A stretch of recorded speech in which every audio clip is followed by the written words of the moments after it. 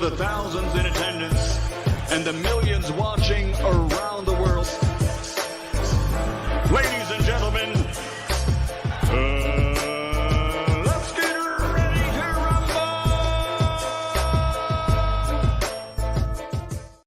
Yeah. What's up? It's that boy Coach Malachi Williams in the building. We back. New media today, USA Boxing. We are back. Hold on, let me turn this camera to the side. It's lean a little bit too. Yeah, I'll go back right there a little bit.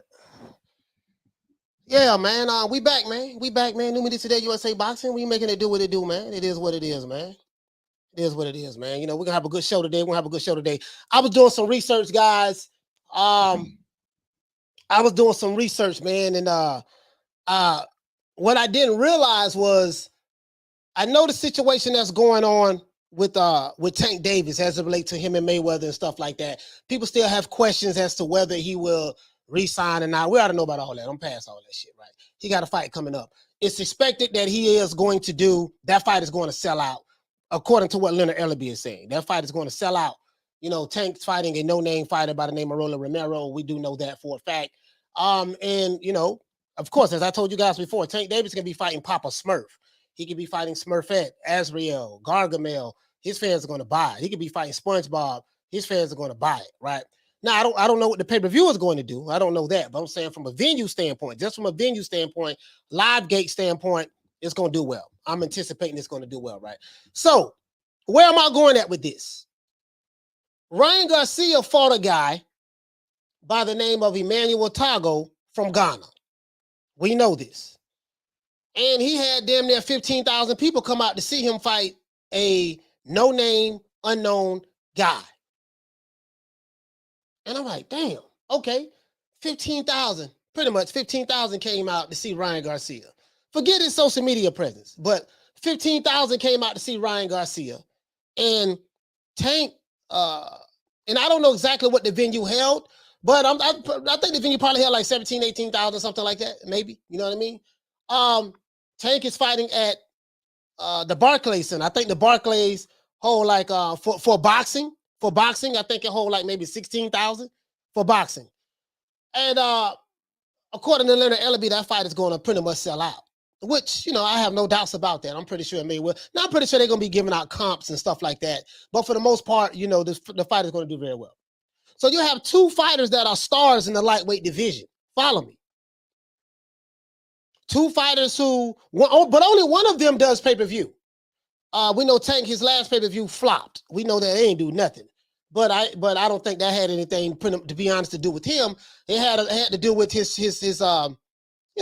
promotional team, you know, trying to go against the NFL. Who goes against the NFL? Who throws a fight on a Sunday night? The same night that you have an NFL game, Kansas City Chiefs, I think they was playing Buffalo Bills. And you know, in America, American football is the number one sport, period, hands down. There's nothing bigger than American football in America. That's the number one sport, to my knowledge. So I'm anxious to see, guys, what are the pay-per-view numbers are going to be for Tank fighting another no-name fighter by the name of Rolando Romero. So we'll see how that's going to roll down. You see what I'm saying? What side that's going to roll down. And, you know, we're going to check that out and see. So my thing is, these two guys have a lot of buzz, a lot of hype in boxing. Tank he'll be 28 soon, so he's pushing 30. And Ryan Garcia is 23, almost 24. The biggest fight to make in the sport of boxing is Ryan Garcia and Tank Davis. Literally. Not joking, not capping, I'm dead ass serious. If these two guys can sell out or back a venue with no name fighters, what in the hell they can do together? What type of pay-per-view? Bro, the money is, there's so much money that these guys are going to generate because Tank has a cult-like following and Ryan Garcia has a cult-like following. But let's give everybody a round of applause. Oh man, this shit making too much sense. This shit is making too much sense for me. Too much sense. Let's go ahead and do this, man. In my opinion, Tank Davis versus Ryan Garcia is the next mega fight in the sport of boxing. And I'm going to tell you why. Ryan Garcia just fought a no-name fighter in San Antonio. I told you, Emmanuel Tagoe. We already know that, right? And nearly 15,000 boxing fans came out to see him fight. A guy that was from another country who no one has ever heard of. Emmanuel Tagoe was ranked number 9 in the WBC, but he's a no-name fighter in America. We know this. Tank Davis is scheduled to fight a no-name fighter by the name of Roland Romero. Roland Romero is known more for trolling fighters on Instagram than he is of his boxing skills. He's known for people making mockery of him with the way he speaks. Some would suggest that Roland Romero might not be, he might not be the brightest light bulb in the kitchen. I'll just say that respectfully, right? Some are suspecting that, Tank and Ryan are considered two of the best lightweights in the division, two of the best lightweights in the world. Let me correct that. Both of these guys can draw a crowd fighting nobodies. Just imagine what Tank and Ryan can do together by fighting each other. This is what I hate about the sport of boxing at the moment as it relates to the politics, because, a lot of times we don't get the fights that we want sometimes. Now, I'm not complaining at all right now. Now, there are certain fights that we're just not going to get. I'm on the record saying that, hey, the Crawford Spence fight, that shit ain't happening. I don't even want to talk about that shit. That ain't happening. You know what I mean? So, whatever. I mean, one fighter has, it is what it is. I'm not even going to talk about that. But Tank will be 28 years old this year, guys, and he's not getting any younger. He'll be 30 soon. 30 will come fast, I promise you. When you hit 28, it seems like 30 just come up so fast. I know. I remember when I was 28. Being almost 30 years old with no fights with any of the top lightweights in the division, you know what I mean? He hasn't had any top fights with the top lightweights in the division yet. And he still, does well at the gate. Ryan Garcia will make the perfect dance partner for Tank. And Tank will make the perfect dance partner for Ryan Garcia. Not only from a skill standpoint, but from a money standpoint.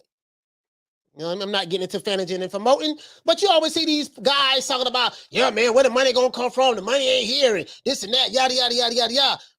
Goddamn well Tank Davis and Ryan Garcia are gonna be box office together. Because if you're telling me that, oh man, this guy's a star, when Leonard Ellerbe say, this guy's a star, look what he's doing. Yeah, okay, if he's a star, and he's doing that with, according to you, Leonard, and he's doing that with fighting Homie the Clown, Hoghead Cheese, Hobo Sam, Pork Chop Willie, Stankalanka,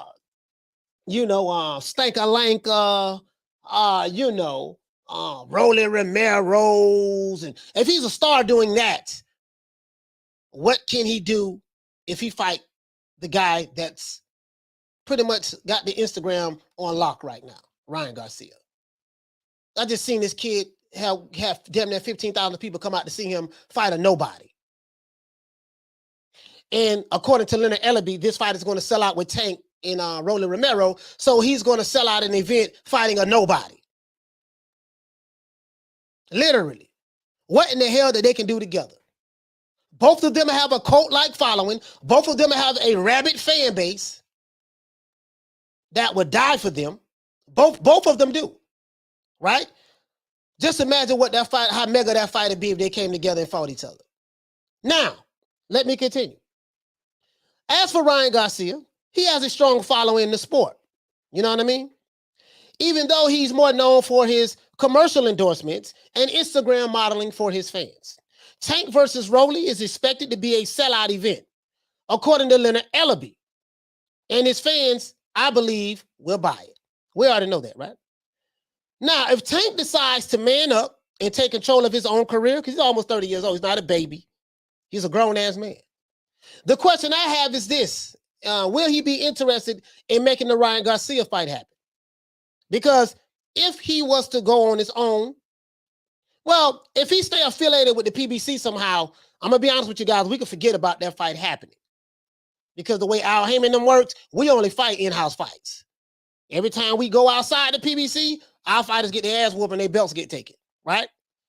So that's pretty much 99.99999% of the time they fight, their top guys fight PBC fighters.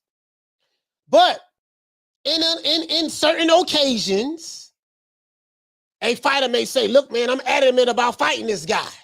We need to make this fight happen. It happens. Asteroid hit the planet every now and again. Dinosaurs come back, but it does happen. every now and then. But that's a question I have. The question I have, should Tank be interested in making this fight with Ryan Garcia happen? You say, well, it got to make financial sense. What in the hell you trying to tell me that fight won't sell? Especially with the casuals. If Tank would be the most sought after free agent, you know what I mean? And from what I'm hearing, Eddie Hearns he's appealing to him. Bob Arum is appealing to him. Let's see who else. Eddie Hearns, Bob Arum. I think there's a couple of more promoters out there. My mind is drawing a blank. Eddie Hearn, Bob Arum, Oscar De La Hoya. That's who it was. Like these guys. Listen, if once he become a free agent, and I have my reservations, I think he's going to resign. To be honest with you, because he can't go against the Wakanda narrative from some people in his fan base and these other YouTubers who pushing this Wakanda shit. He can't. You know what I mean? You know, they may try to call him a coon, Uncle Tom, sellout, shit like that. You know how these niggas is crazy. They're real crazy. They're real crazy. But I ain't gonna get into that. But if he ignore those guys, we'll see what he'll be able to do. Again, he will be the most sought after free agent in boxing once he becomes a free agent. You see what I'm saying? This fight will bring a lot of casuals to the sport because of their cult-like following. They're gonna bring a young audience. Leonard Ellerbe was saying, "Yeah, man, we got to know how to bring the casuals. I don't focus on boxing Twitter and the boxing fans. I focus on that we got to bring the casuals. Ain't nothing gonna bring the casuals like tanking Ryan Garcia, because Ryan Garcia got a whole bunch of casual boxing fans, and Tank got a bunch of he got some boxing fans, some core boxing fans, but he have a lot of casuals as well. Ain't nothing gonna bring casuals together." Like that fight. That fight just make too much sense to me. You see what I'm saying? But a lot of times, stuff that makes sense to some may not make sense to others.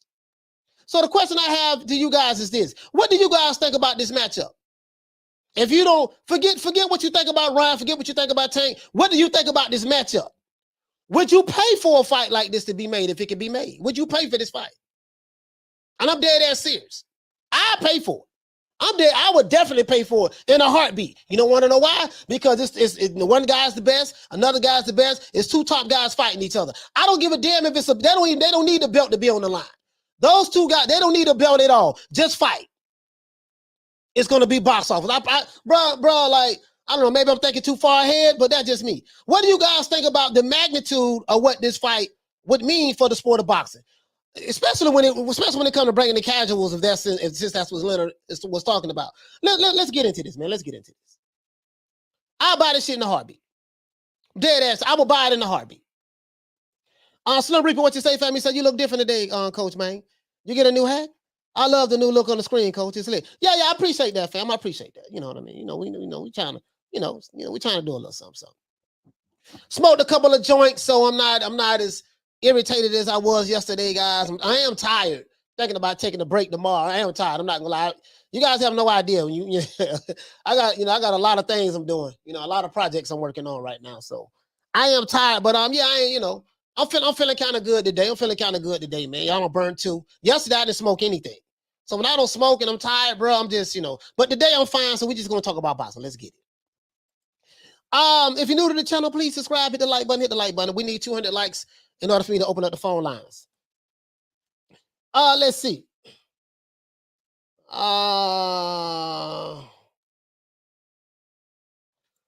He says, Coach, what do you think about Errol might fight Keith next? I said that last year, Errol Spence is fighting Keith Thurman. I already said that. I said that's gonna be the fight. PBC on the fight, in-house fight. That's gonna be the fight. So I'm not even tripping on that. That's gonna be the next fight. Yeah, PBC. That's gonna be the next fight. I'm not even tripping on it. You know what I mean? Draper Wright, what you say, fam? Makes financial sense, but it will ruin Ryan's career. I don't know. He's too young for his career to be ruined right now from a fight. I don't know if you make that fight, that'll ruin his career. To be honest with you, you see what I'm saying? I mean, I know that is of your opinion. But are you saying it'll ruin his career from a standpoint that you feel, because of your allegiance to Tank Davis, that Tank would beat Ryan? If that's your opinion, if that's what you're saying, please clarify that. PGH, big dog, what you say, fam? He say Tank need to stay a free agent and fight on a fight-by-fight basis. Yeah. No, I get what you're saying, fight on a fight-by-fight basis. I totally agree with that. But this is the thing, though. PGH, big dog. You're gonna have to have somebody that's business savvy that's going to handle that for you. That's going to make those fights for you and stuff like that. Because it's not like Tank is handling the business. It's going to be someone else of more of an intellectual fortitude in the sport of boxing that can kind of make these things happen. He just tell him, hey man, I want you to try to make this fight happen. See, can you do it? If he stays a free agent. Because some fighters, they like to have promotional contracts and be with a promoter because it frees them of the liability to have to really be your own boss and try to do that shit yourself. You see what I'm saying? So it is what it is. But yeah, I agree with that. I agree with that shit. Just like Canelo, just like shit.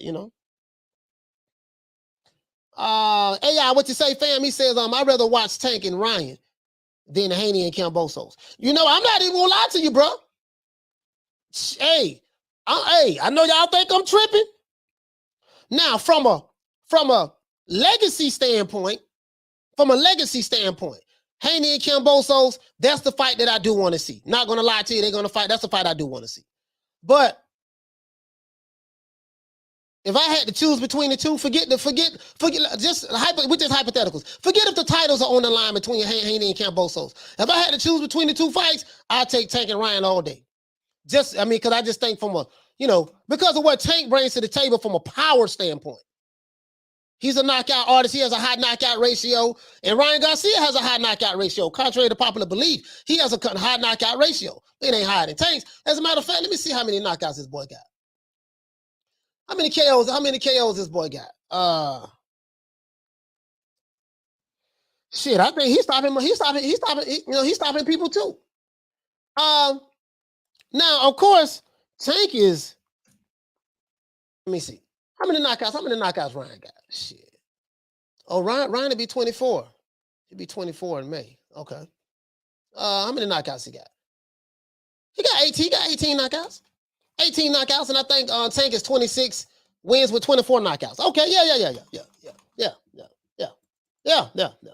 That's the fight. That's the fight right there. That's the fight right there.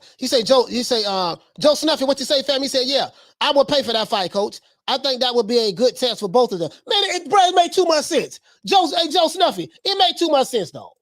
It made too much sense. Joshua, what you say, fam? He said Pedraza is a better fighter than Ryan Garcia currently. So it would be a good win for Tank. Well, styles make fights.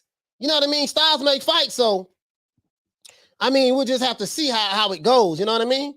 But I get what you're saying. If you're a Tank Davis fan, of course you're gonna feel that way. It ain't nothing wrong with that. But the thing is, what you think about just those? Like, again, guys, I am of the opinion that is the fight to make right now in the lightweight division. Listen, it's a foregone conclusion. Tank gonna beat Roland Romero. That's a foregone conclusion. He don't listen. In my opinion, Roland Romero have 2 chances to beat Tank. Slim and none. And Slim just left the building. As a matter of fact, Slim gained 500 pounds and he's not Slim anymore. So that's out of the way. It's just a matter of what round he gonna knock him out in. Now, I did say this with Isak Cruz too. So, and we see what happened with that fight. Isak wasn't playing. Isak was throwing paws, landing paws, taking paws. Isak was making it do what it do, boy. He lost the fight, which I predicted, but Daniel Rios, he said Tank versus Ryan isn't happening anytime soon. Ryan just hit the brakes on calling anyone out after the fight. No, this ain't got nothing to do with him calling anyone out. You get what I'm saying? Ryan doesn't make his matches. And Tank doesn't pick his fights, to my knowledge. So he doesn't have to call him out in order to get the fight made. You see what I'm saying? Listen, if Tank becomes a free agent and his boss, and he's his own boss, shit, he could deal directly with Oscar De La Hoya, or he could deal directly with whoever you want to deal with. Ryan doesn't have to call him out for that fight to be made.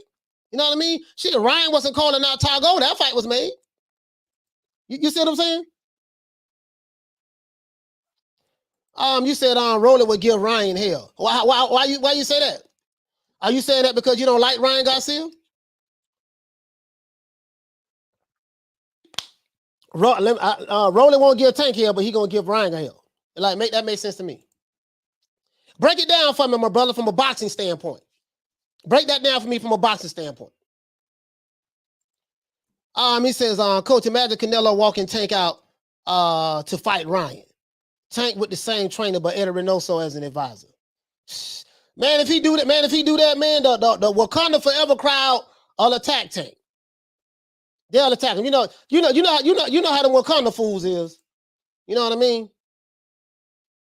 Malcolm Roach, what you say, fam? He said, as a boxing fan, I would rather Haney versus he said Cam Duck Sauce. However, I would definitely pay for the Ryan versus Tank versus Ryan for sure. Yeah, I would definitely pay for that.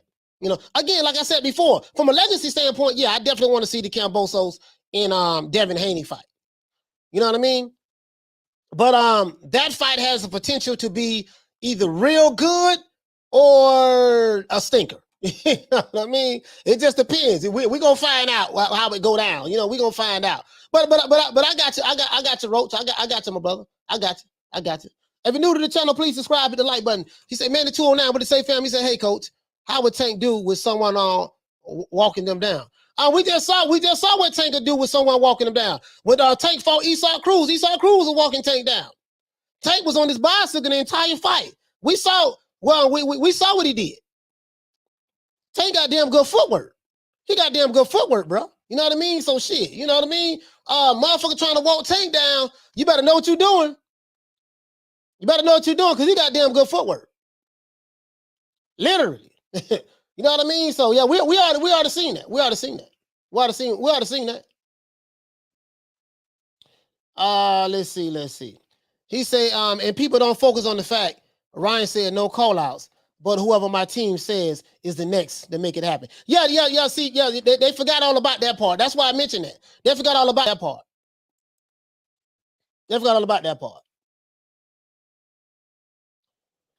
Let's see. Jawan said, go look at the sparring. You still ain't answer my question. No, Jawan. Still ain't answer my question.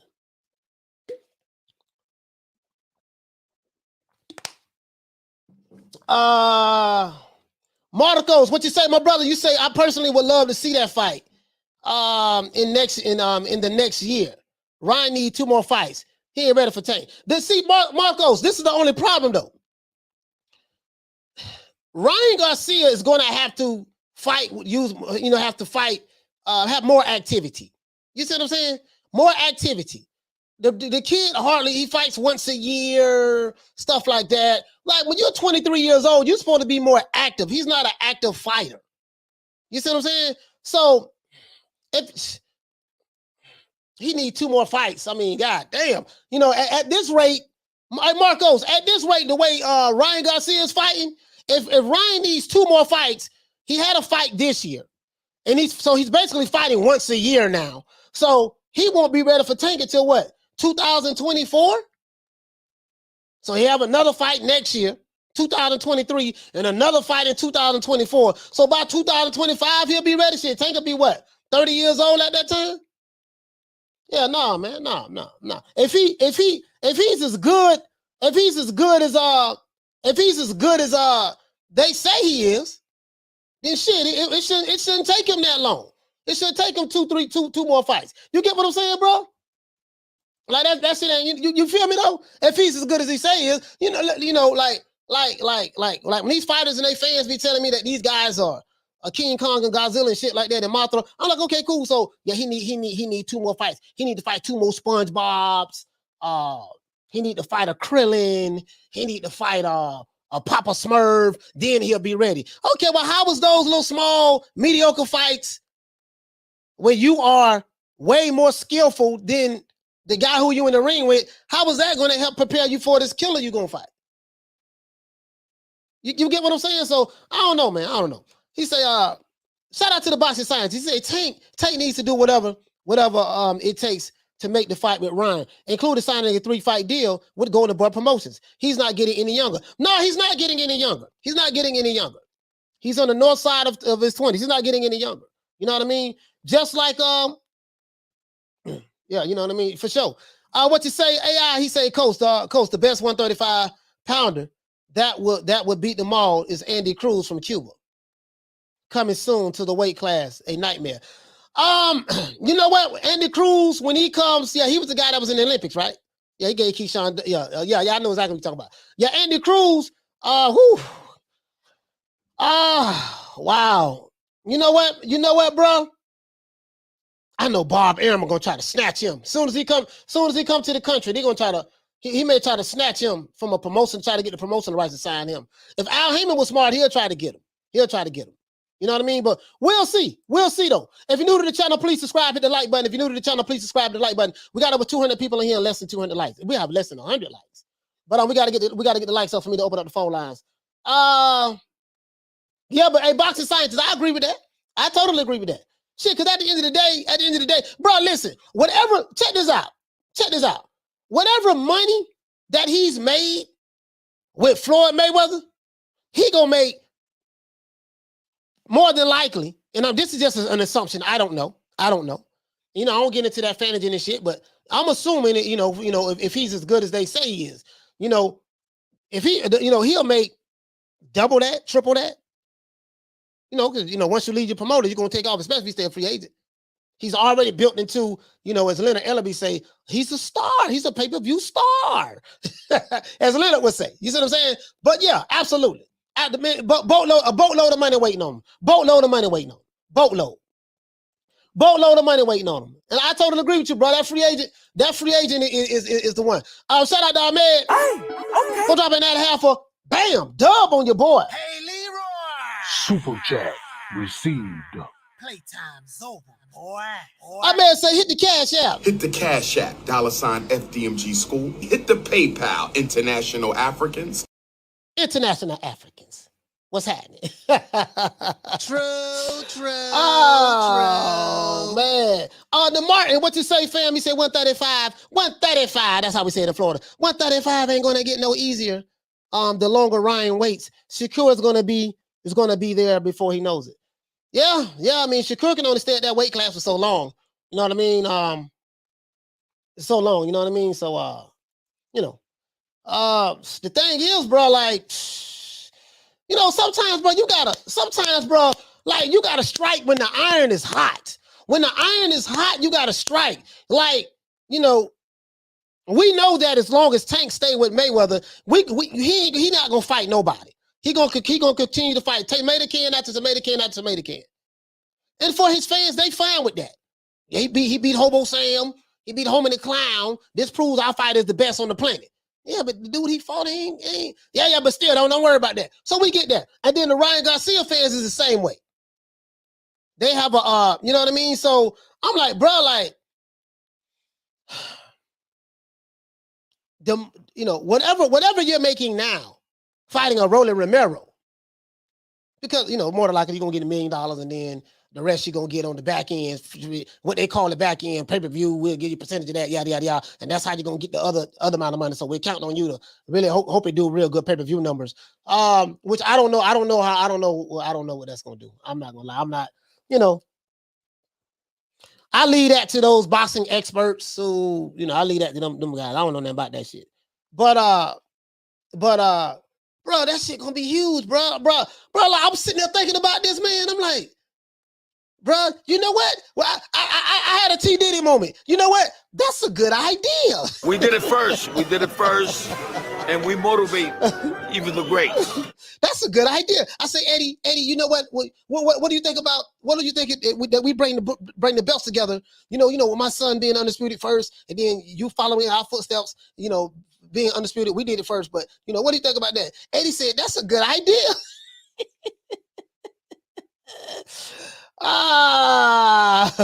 He said of Bob, thieving ass would try to snatch him quick. Shit, all the promoters thieving. Every last one of them. All of them are bad guys. Bob ain't no different from anybody, any other promoter in the game. All of them the same. To be honest with you. You know what I mean? He said Ryan Garcia is actually going to fight Tank. Because they had bad blood. Plus Tank ducked Ryan lots of times. Let's look at them Tank interviews about Ryan. Oh, so Tommy, you say Tank Duck Ryan? No, the reason why I'm not gonna feed that because we both know that both of their promoters do the same shit. Oh, we gonna fight in-house. Oh, we gonna fight in-house. We're not gonna cross the street. You know, well, no, I can't say that because Oscar De La Hoya he does do business with the Zone.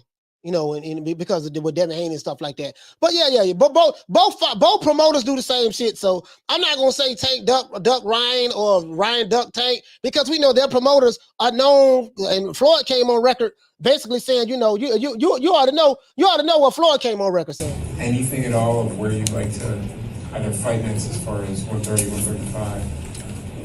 Anything at all? Well, this team gonna take care of that. You know, to me, I mean, our thing is this. You know, we work smarter, not harder.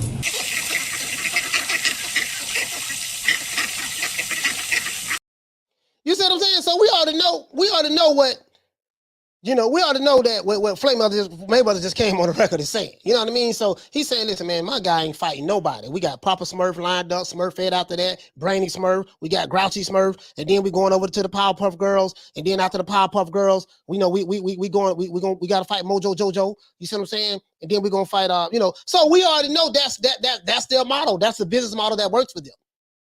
You see what I'm saying? But bro, I can't stress this. That fight would generate so much goddamn money. And forget the money, the interest. Even if you're a diehard, bro, you got two fighters, they have a core base that's super passionate about them. They have a core base that have a lot of casual boxing fans who really know nothing about the sport, but just love those two guys. On top of the fans they do have that do know about the sport, right?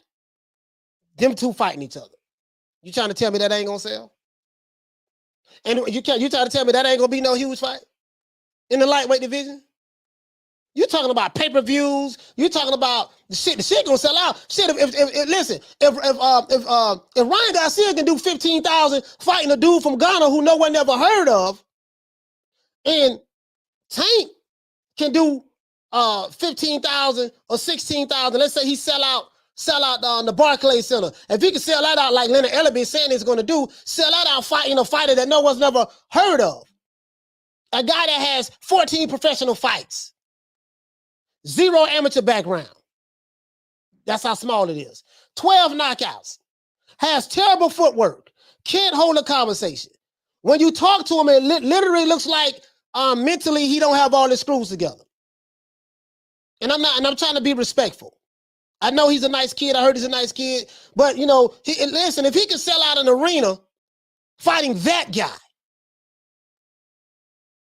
come on, man. Shit. Come on, man.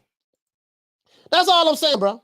That's all I'm saying. Hey, Kareem, what you say for me? Say people are making their fighters Godzilla coach, but they ain't fighting King Kongs. Yeah, pretty much. You right about that, Kareem. West Side, he said, would it make more money on the Spence versus Bud coach? That's a good question. Good question. I have no idea. They'll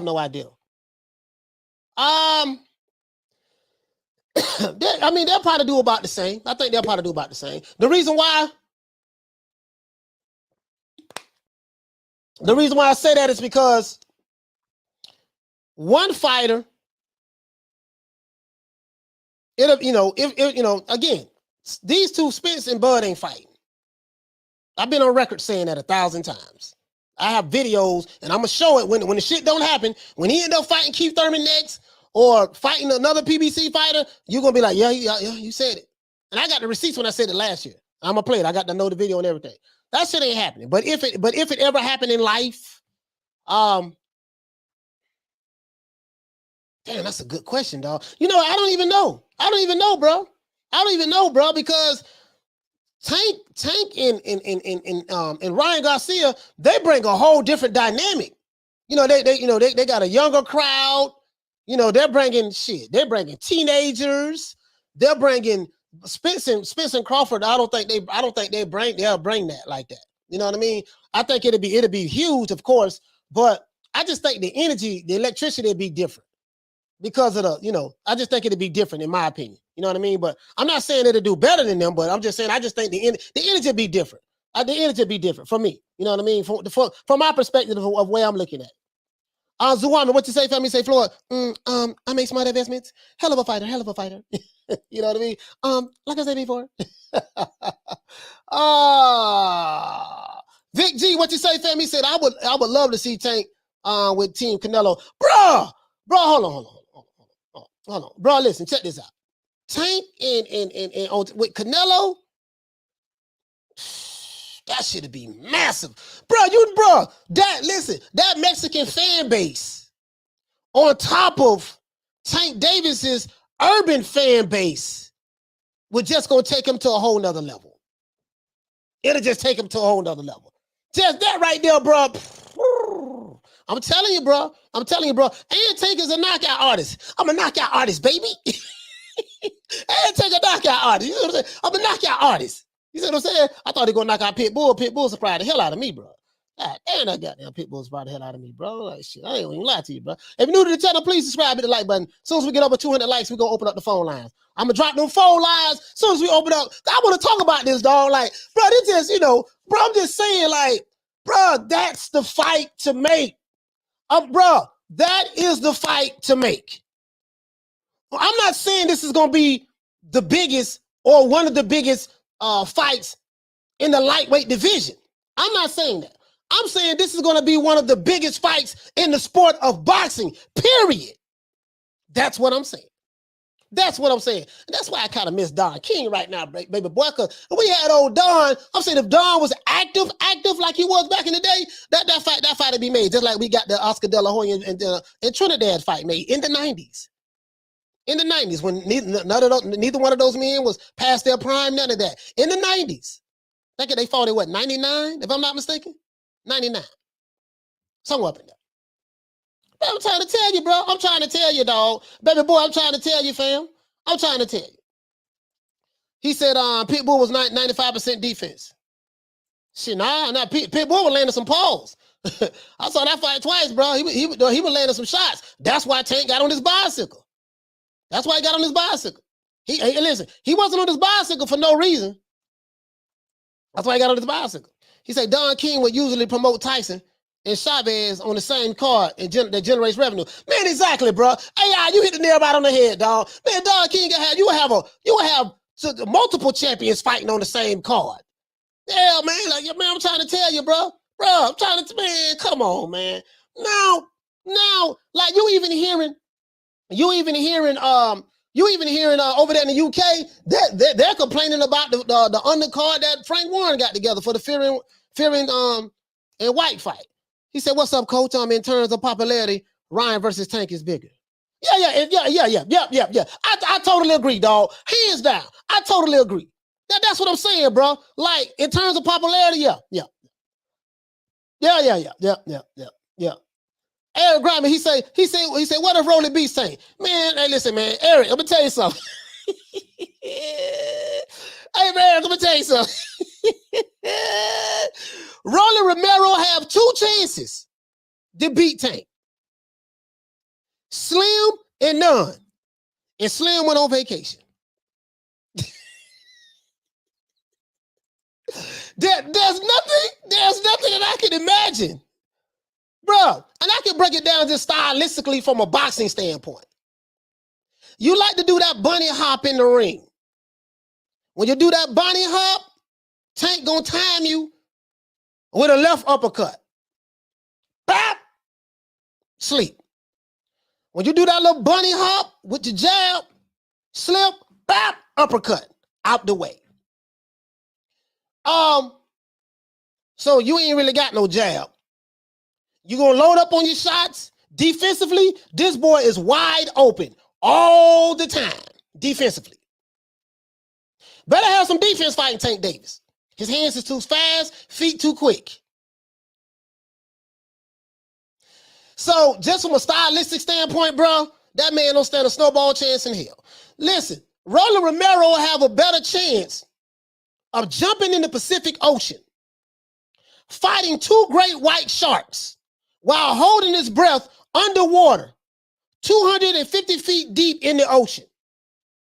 Fighting both sharks 250 feet deep in the ocean while holding his breath with no scuba diving gear.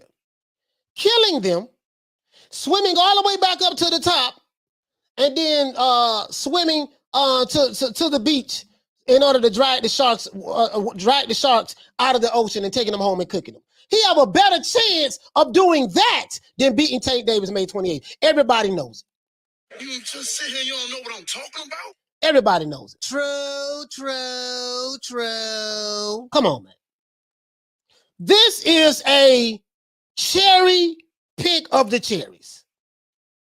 Tank Davis fans gonna eat it up though. But he fought Rolly Romero, boy. Shit, that's what they gonna be saying. If Rolly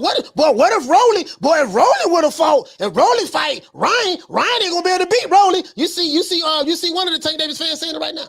My brother Jawan. You know, shit, if Rolly fight Ryan, he ain't gonna beat Ryan. But when it comes to their fighter, oh yeah, my fighter gonna kill him. But if he fight that guy, that's how they do it. That's how they do it. That's how they do it. Bro, I'm telling you, bro. I'm telling you. He got a better chance. He got a better chance of doing that. He got a better chance of doing that. He got a better chance of doing that, bro. I'm just saying, bro. Everybody knows it, bro. Everybody knows it. Everybody knows. He said, damn, coach, yeah, bro. Yeah. I ain't got no, yeah, I ain't, man. Shit. That man defense wide open. He be like this, hopping,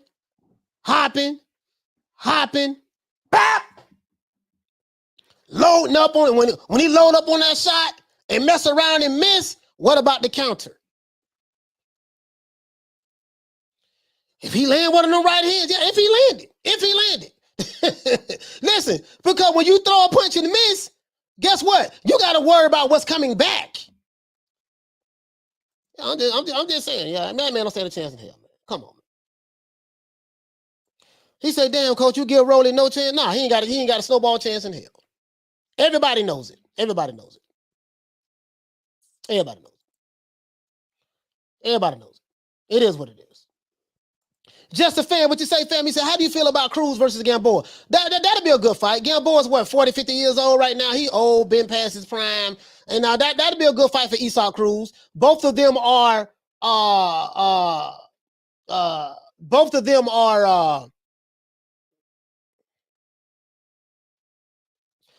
gonna tell you why I'm interested in that fight, just a fan. I'm gonna tell you right now. You know why I'm interested in that fight? Because I want to see if that performance that Esau Cruz put up against Tank Davis, I want to see if that was a fluke or not. But stylistically and where Gamboa is at in his career, they strategically picked him because they feel like this is someone that Cruz can beat. Cruz is going to be able to pretty much beat. You see what I'm saying? So I just want to see that. I just want to see that because in my opinion, Gamboa's past his prime is over with for him. Gamboa's just trying to get some money right now. I don't know what kind of money he has or if he's financially settled for all of the, all of the fights he's had in his career. We need 54 more likes for me to open up the phone lines. 54 more likes, we open up the phone lines. You get what I'm saying? But yeah, man, more than likely, I'm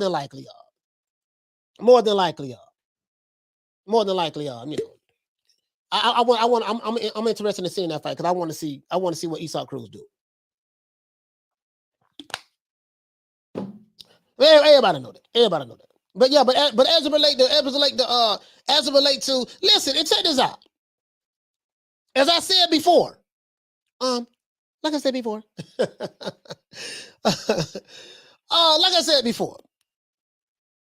Tank is fighting. Okay. Let me do this. I didn't want to do this, but let me do it. Let me pull this up, guys. Let the old boy pull this up. Let me pull this up. Let's see. Let me pull this up.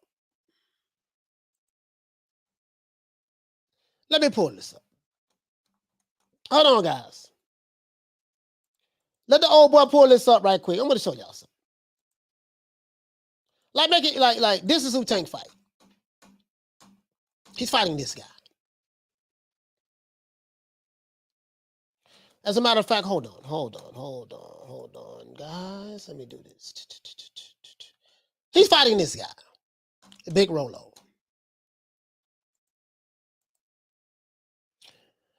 This is who he's fighting.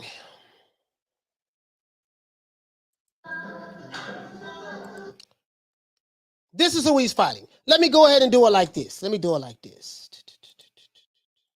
Let me do it like this. This is who he's fighting. And his fans are buying it, from what Leonard Ellerbe said. It's going to be a sold-out event. And you're trying to tell me that this guy has a chance at beating Tank Davis. This guy. And I like Roland Romero. I like him. This guy. Come on. You're trying to tell me this guy. Big Rolo, the Rolly Show. Oh, they got the Rolly Show going on, baby. Well.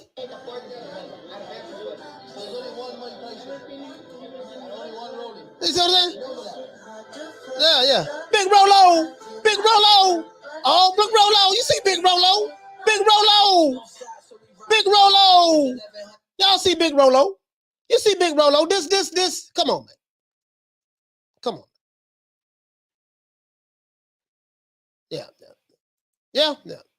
So come on, man. Come on, man. You know what you're not going to do? What you're not going to do? You're not going to defecate on my plate and tell me it's meatloaf. Face wide open. Face wide open. Face is wide open. Face is wide open. Face is wide open. This is what they're buying.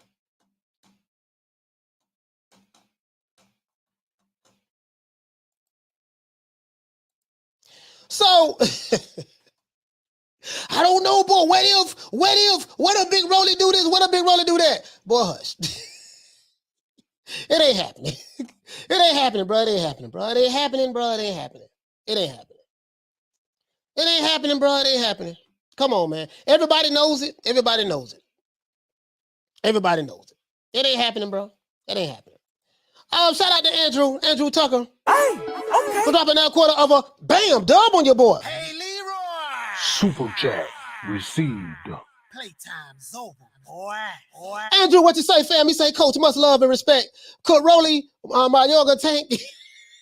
No, man, it ain't no. You can't even compare that. But no, man. He said, could Rolly, my yoga tank? Don't mind me, Coach. It's just a funny question. Hey, man, Andrew, come on, man.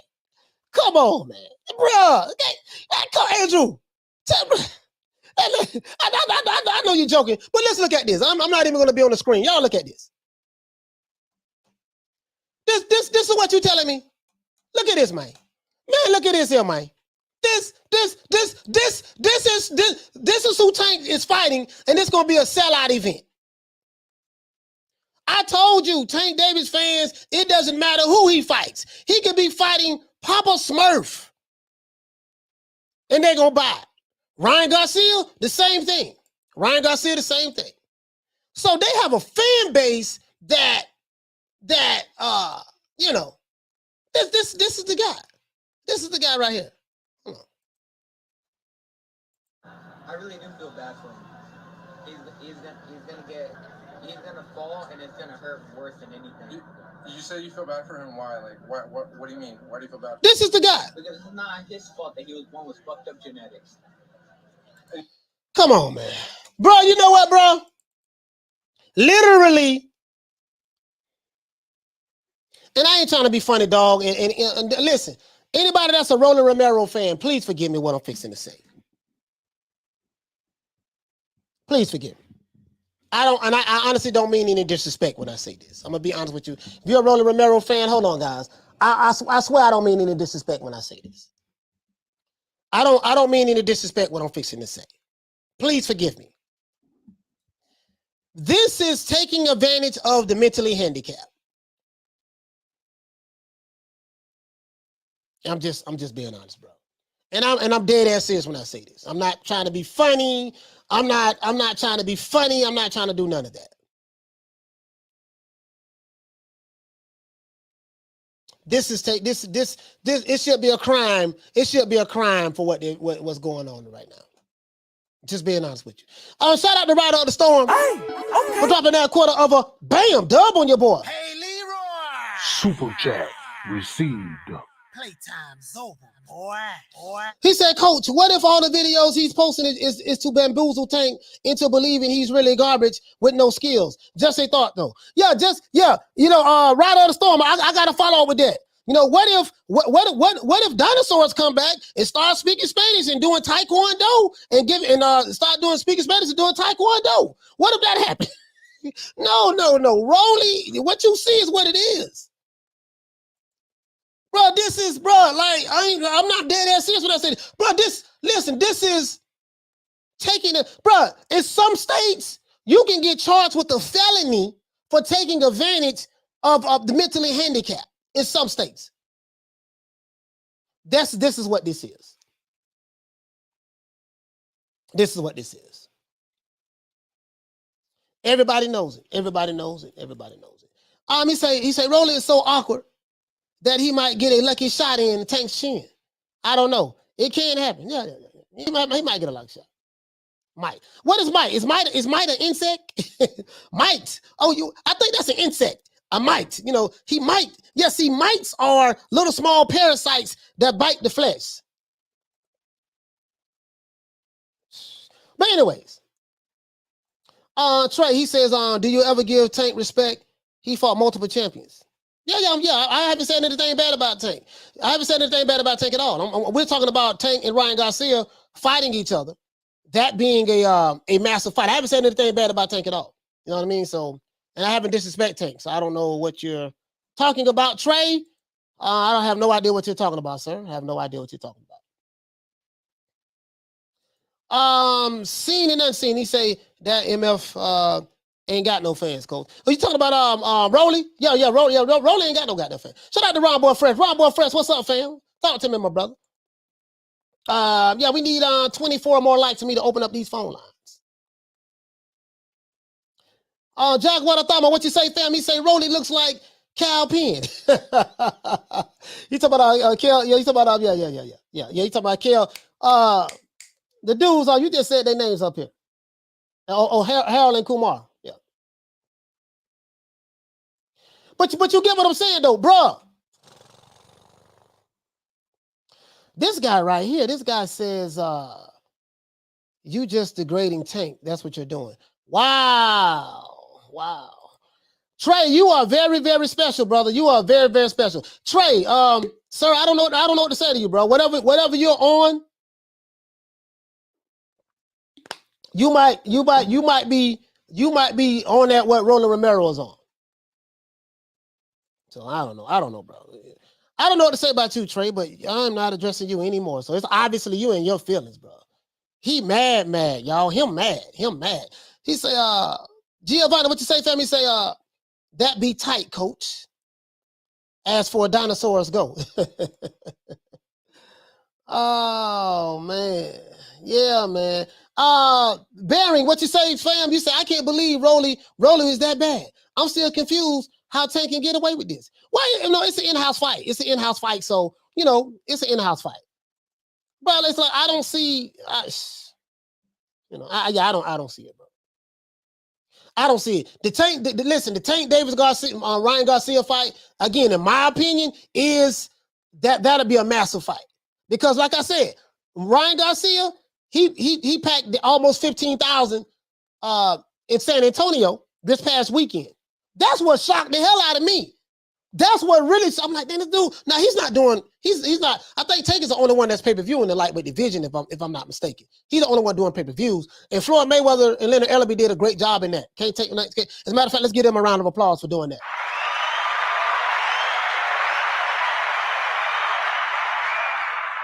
Yeah, they're doing that. He did a real good job of doing that. But if Ryan can shock the hell out of me, I'm like, he did almost 15. As a matter of fact, I had a receipt, bro. That's what blowed me. That's what threw me for a loop. I'm like, wait a minute, this motherfucker he had almost 15,000 to come see this shit. I couldn't believe it, bro. I couldn't believe it. I couldn't believe it, bro. Let's see. Let's go here. Oh, you know what? My bad. I'm on the wrong thing. Sorry about that, guys. Sorry about that. Hold on, let me pull this up. Let you guys see this. Like, I'm not making this shit up. Let me let you guys see this. I'm gonna disappear from the screen, so I'm gonna let you guys check it out, okay? Nah, you know what? Nah, let me go back. All right, guys. Here we go right here. Let me see. I think this is too big. I'm gonna read it to you right quick.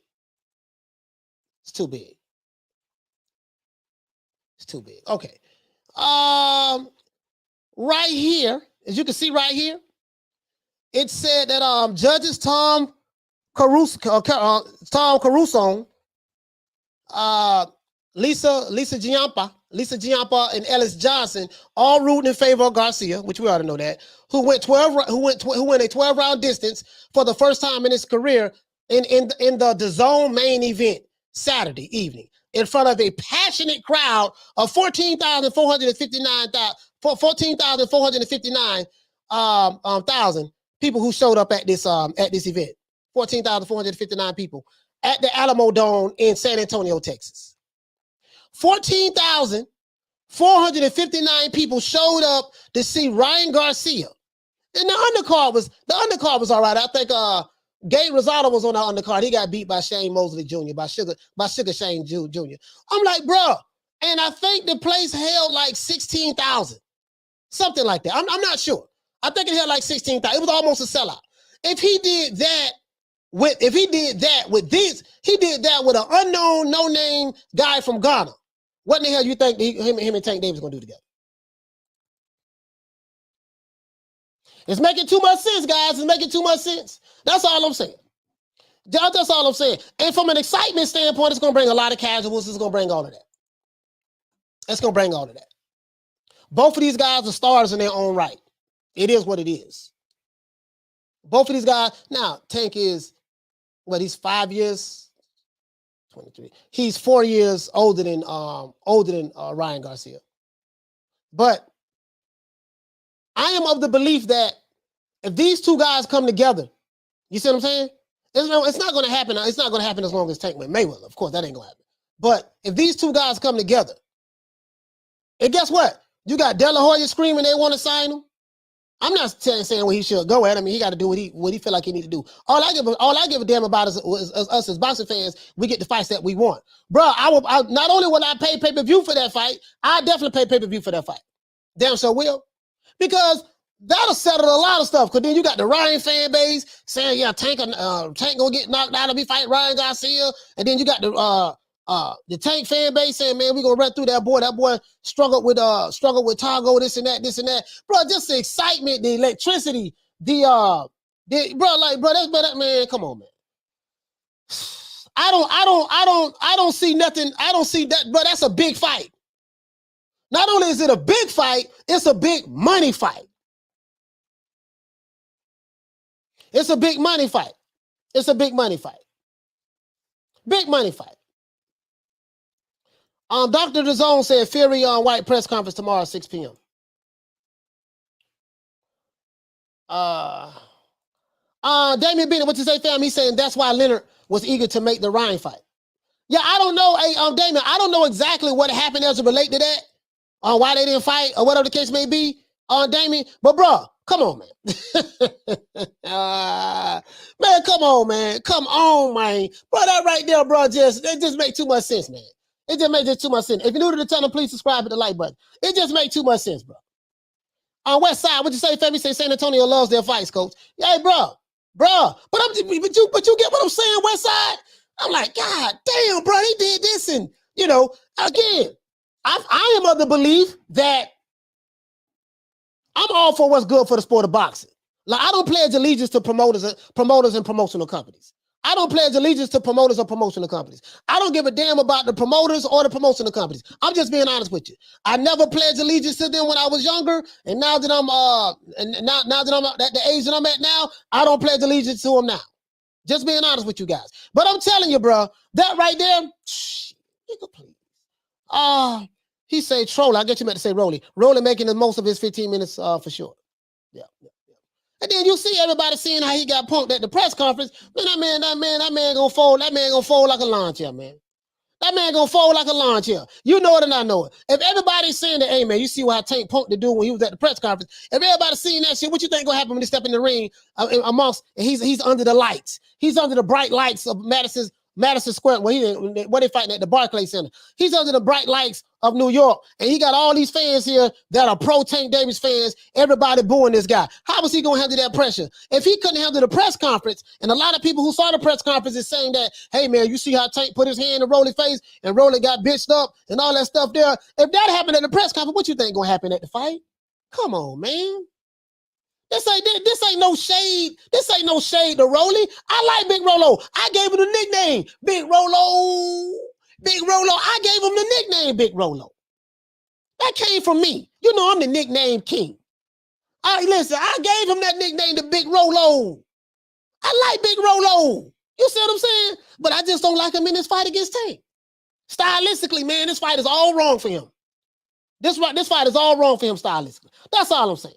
The boxing scientist, what you say, fam? Tank versus Ryan is a 50-50 fight, no matter what the fanboys think. Well, you know, the fanboys gonna think what they gonna think. You know what I mean? You know that the boxing scientists. They gonna think what they gonna think. Butch the Can Man Cassidy, what's up, fam? He say, Jetpack knows. Says he put butts in seats. Okay, listen. Well, we know that's gonna put butts in seats. We know that's gonna put butts in seats. Hey, y'all, what you say, bro? You say, Coach, the United States amateurs are going to have a lot more gold medalists now that Cubans are turning pro. Yeah, they will. They will. They will. They will. They will. This guy says, why do you feel Mayweather won't make that fight? I got a good question. I got a good answer for you. Anything at all of where you'd like to either fight next as far as 130, 135? Anything at all? Well, his team gonna take care of that. You know what I mean? I mean, our thing is this. You know, we work smarter, not harder.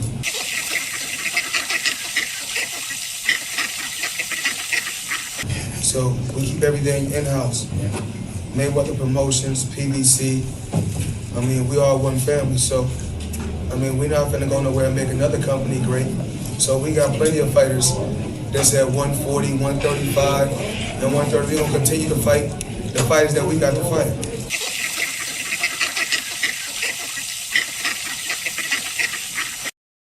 I hope that answers your question. I hope that answers your question, sir.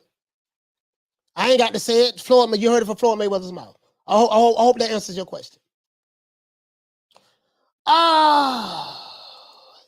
Gabriel, he said the man is a puppet in Floyd's hands. Sad. Okay. Hey, what you say, fam? He says Tank and Ryan should be going at it, bruh. And then it just makes sense right now. Tank is almost 28. He'll be 28. You know what I mean? So, you know, he ain't getting no younger. You know what I mean? The money is there for that fight. The money is there for that fight, hands down. Hands down. Hands down. I see Tank gonna make the most money. Like, bro, like, it's gonna be a bidding war for Tank. Understandably so, because Floyd Mayweather, and Leonard Ellerbe did a good job in making him this star. Making him a star, right?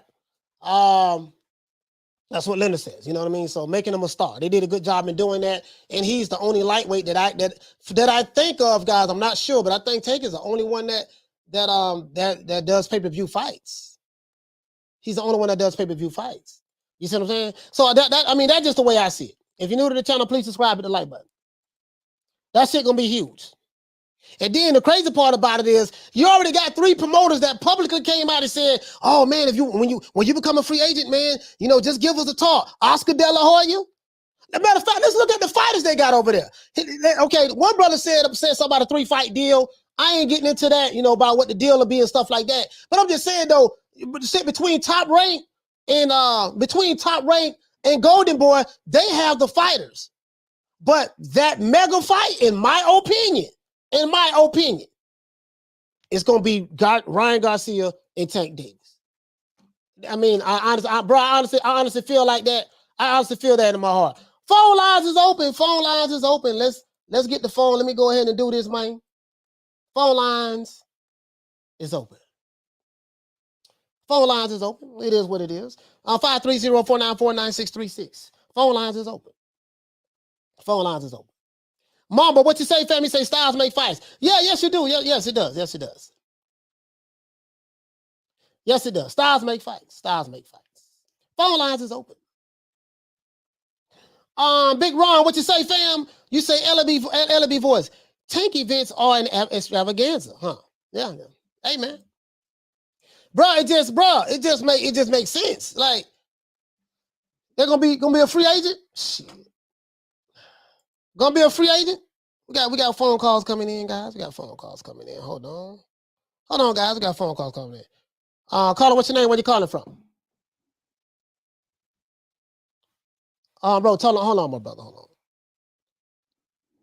Hold on, Roach. I got you, fam. Hold on. Let me try to. I'm trying to hold on.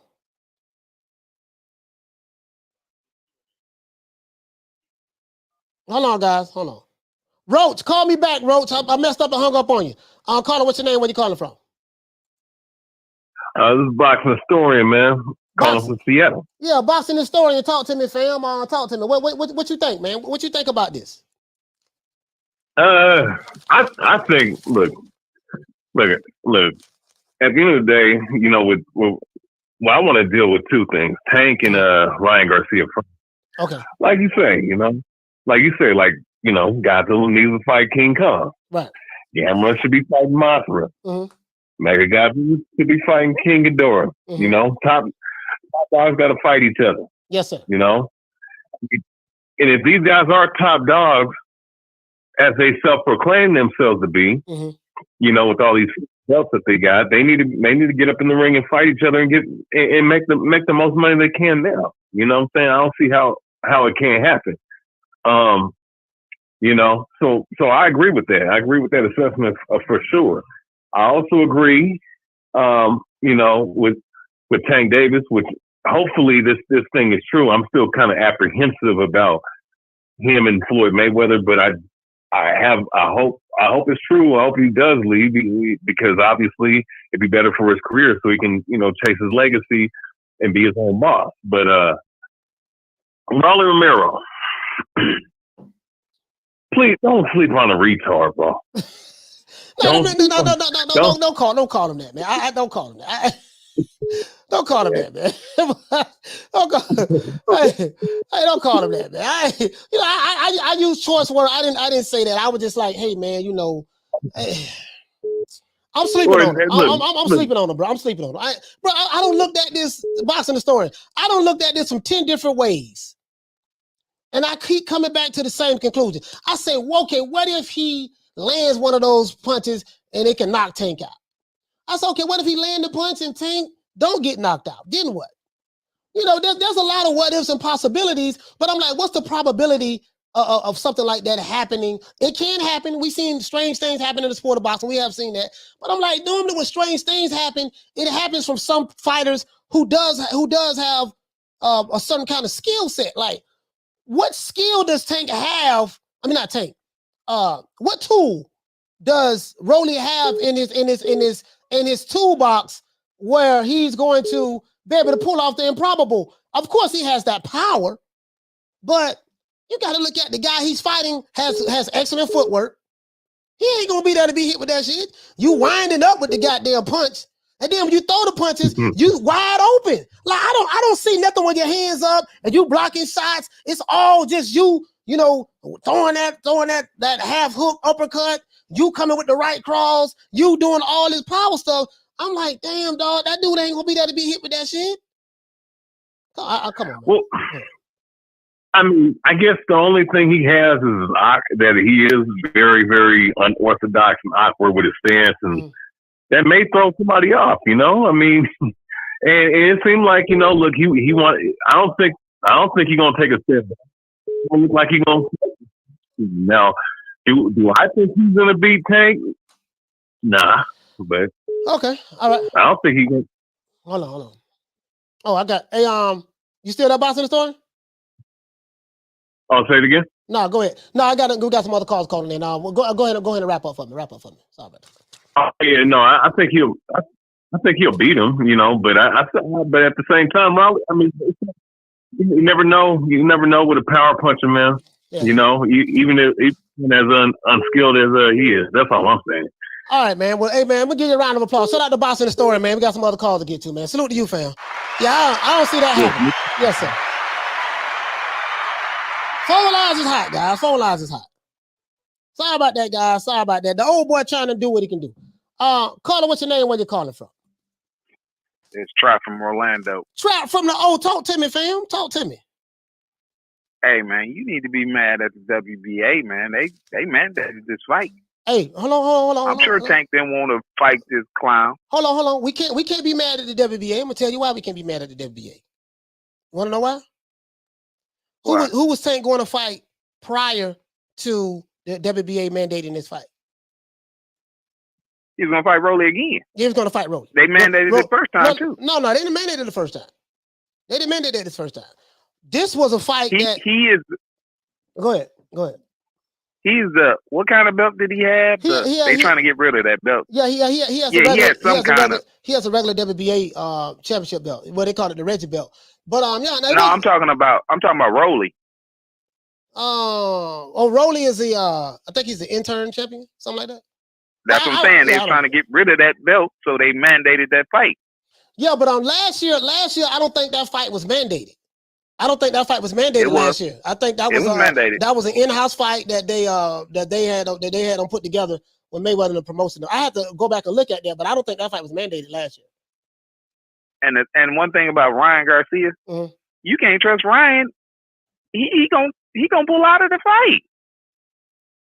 Yeah, he pulled out of 3 last year.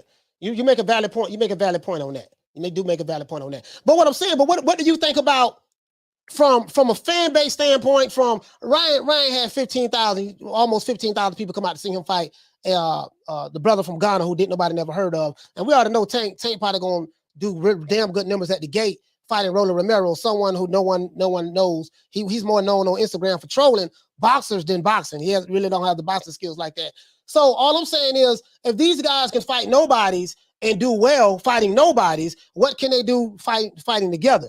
And I'm like, okay, if this fight can happen, especially now, if Tank becomes a free agent, bro, that shit gonna be huge for the sport of boxing. That's gonna be, in my opinion, that's gonna be a big ass fight. That's gonna be a big fight, in my opinion. Yeah, it'll be a big ass fight. Exactly, you right. You know what I'm saying, Trap? So I'm like, man, but you make a valid point now. Ryan is known for pulling out of fights, but I'm saying, bro, I think if this fight can be made, man, Oscar and them ain't going for that. Like, look here, man. Don't be pulling out of no fights. We don't want to hear nothing about you having mental health issues and your baby mama, she pregnant, and your cousin got deported. Your cousin got deported. We don't want to hear nothing about Coach, that now. One thing though, can he make 135? Yeah, I think he can make it. I think he can. Well, that fight was at 139. Yeah, but that was a non-title fight. A lot of times when people have non-title fights and stuff like that, they'll normally fight at a catch weight. I think he can make it. I think he can make 135. And he but 23 years old. See, he should be able to make that. One more thing, Coach. You gonna be at the fight Saturday? Man, I'm having issues, man, with my living arrangements. I was living at an Airbnb. I was living at an Airbnb, and the Airbnb that I booked, the lady ended up selling it to somebody else.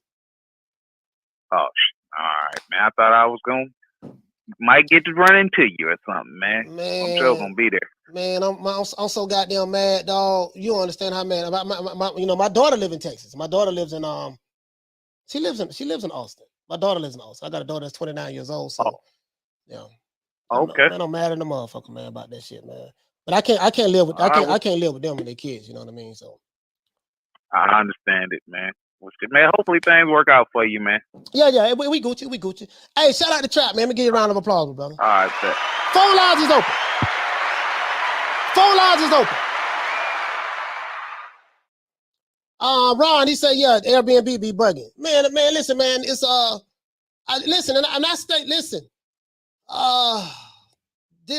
the person who's renting this Airbnb, I think it's a friend. I think it's a friend of my Not my daughter's husband, something like that. You know, just man, that shit got me so goddamn mad, bro. Sold it, gave it to somebody else at a higher price. So, Carla, what's your name? Where you calling from? Hold on. Sorry about that. Carla, what's your name? Where you calling from? Carla, what's your name? Where you calling from?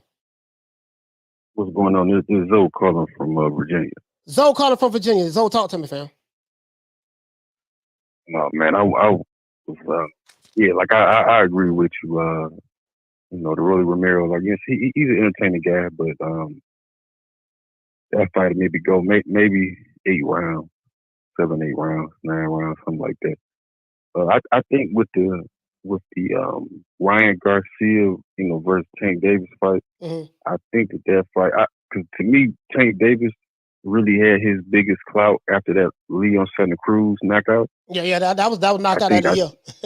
Knockout of the year. Yeah, like he had all the buzz. You know, it was getting replayed everywhere. ESPN, all the major outlets. I think that fight should have happened then, like when Ryan Garcia kind of took that hiatus. You know, for the mental health thing, it kind of because even Ryan Garcia was coming off a big fight with what's the gentleman name from England? Oh, you talking about Luke Campbell? Guy he dropped. Luke Campbell. He checked left foot to the body, liver shot, something like that. Yep.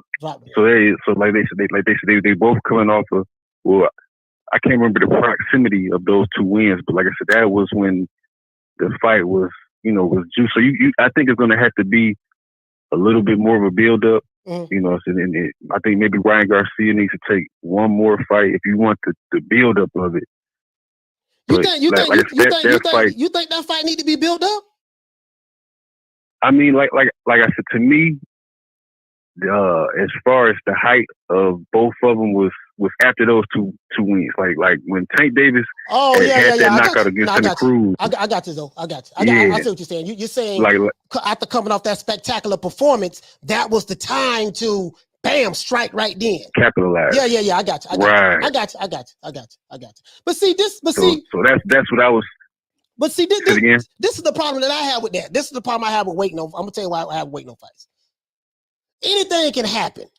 Well, of course, anything can happen in life. Anything can happen in life, Zoe. You see what I'm saying? But I'm like, all right, damn, man, like Trap who called, he made a valid point. He like, man, you know, Ryan Garcia known for pulling out of fights. He may try to pull out or whatever the case may be. I'm saying, man, right now at this moment, while Tank is becoming a free agent, because I mean, from a business standpoint, I don't know what he's going to do. I'm not a business advisor or whatever the case may be.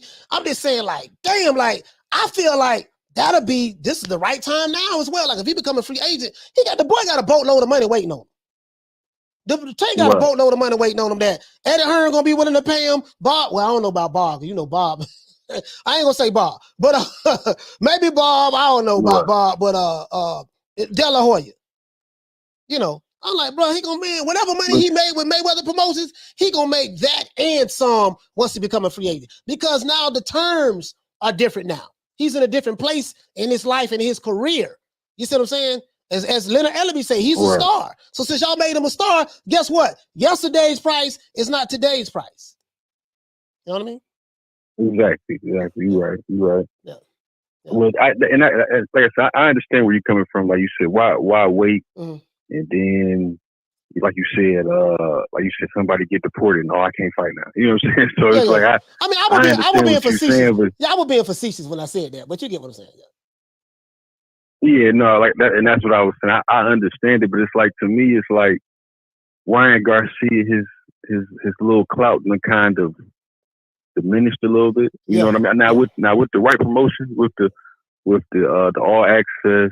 A little Showtime All Access, and with the right promotion, they could build it back up. You know what I'm saying? They go on a little tour and build the fight back up. But I just think that when you coming off spectacular knockout, you know, you got everybody.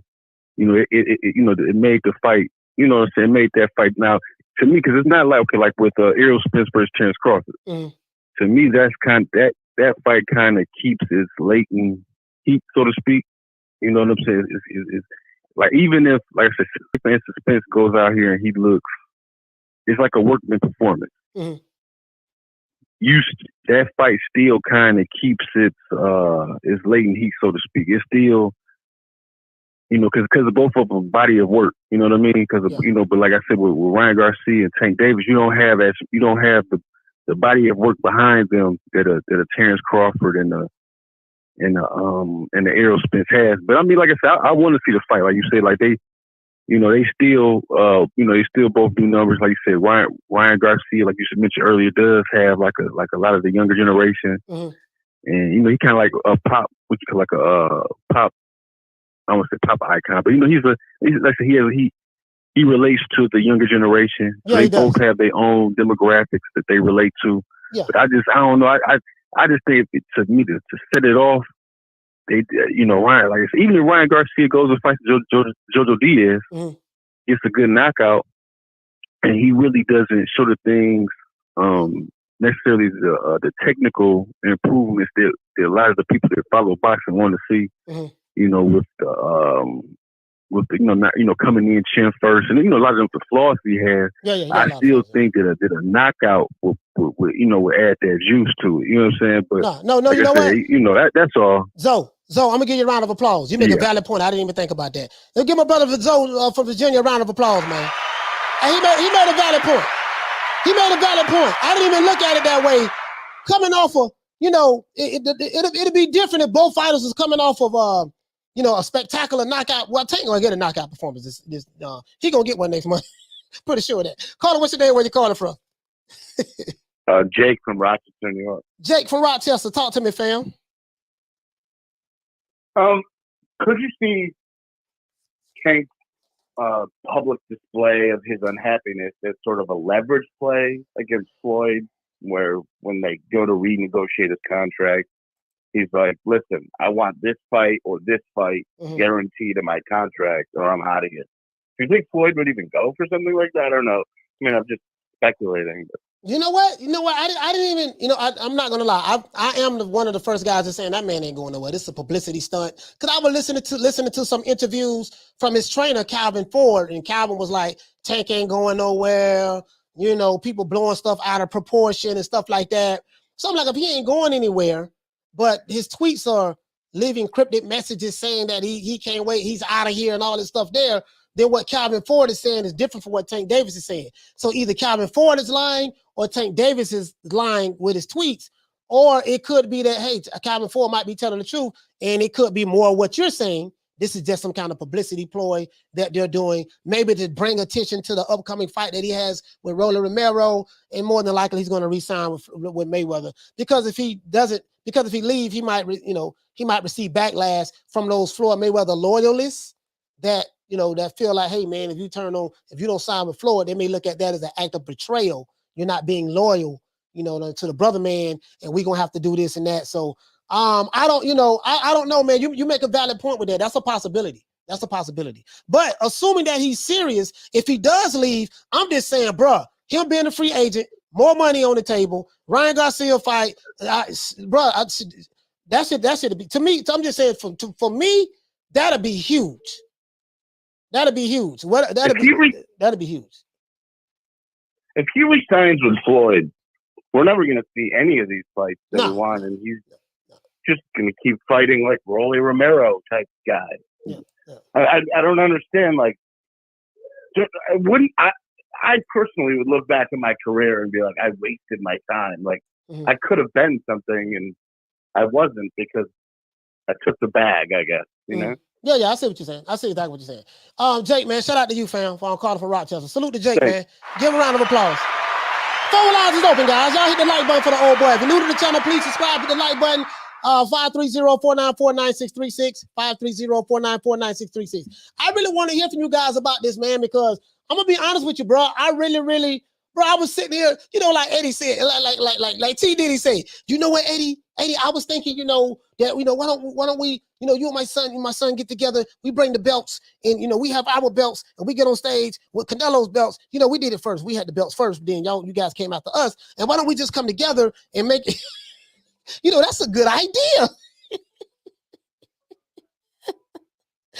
I don't want to hear no what Leonard said. Oh, we're self-contained. We're self-contained. I don't want to hear that self-contained shit.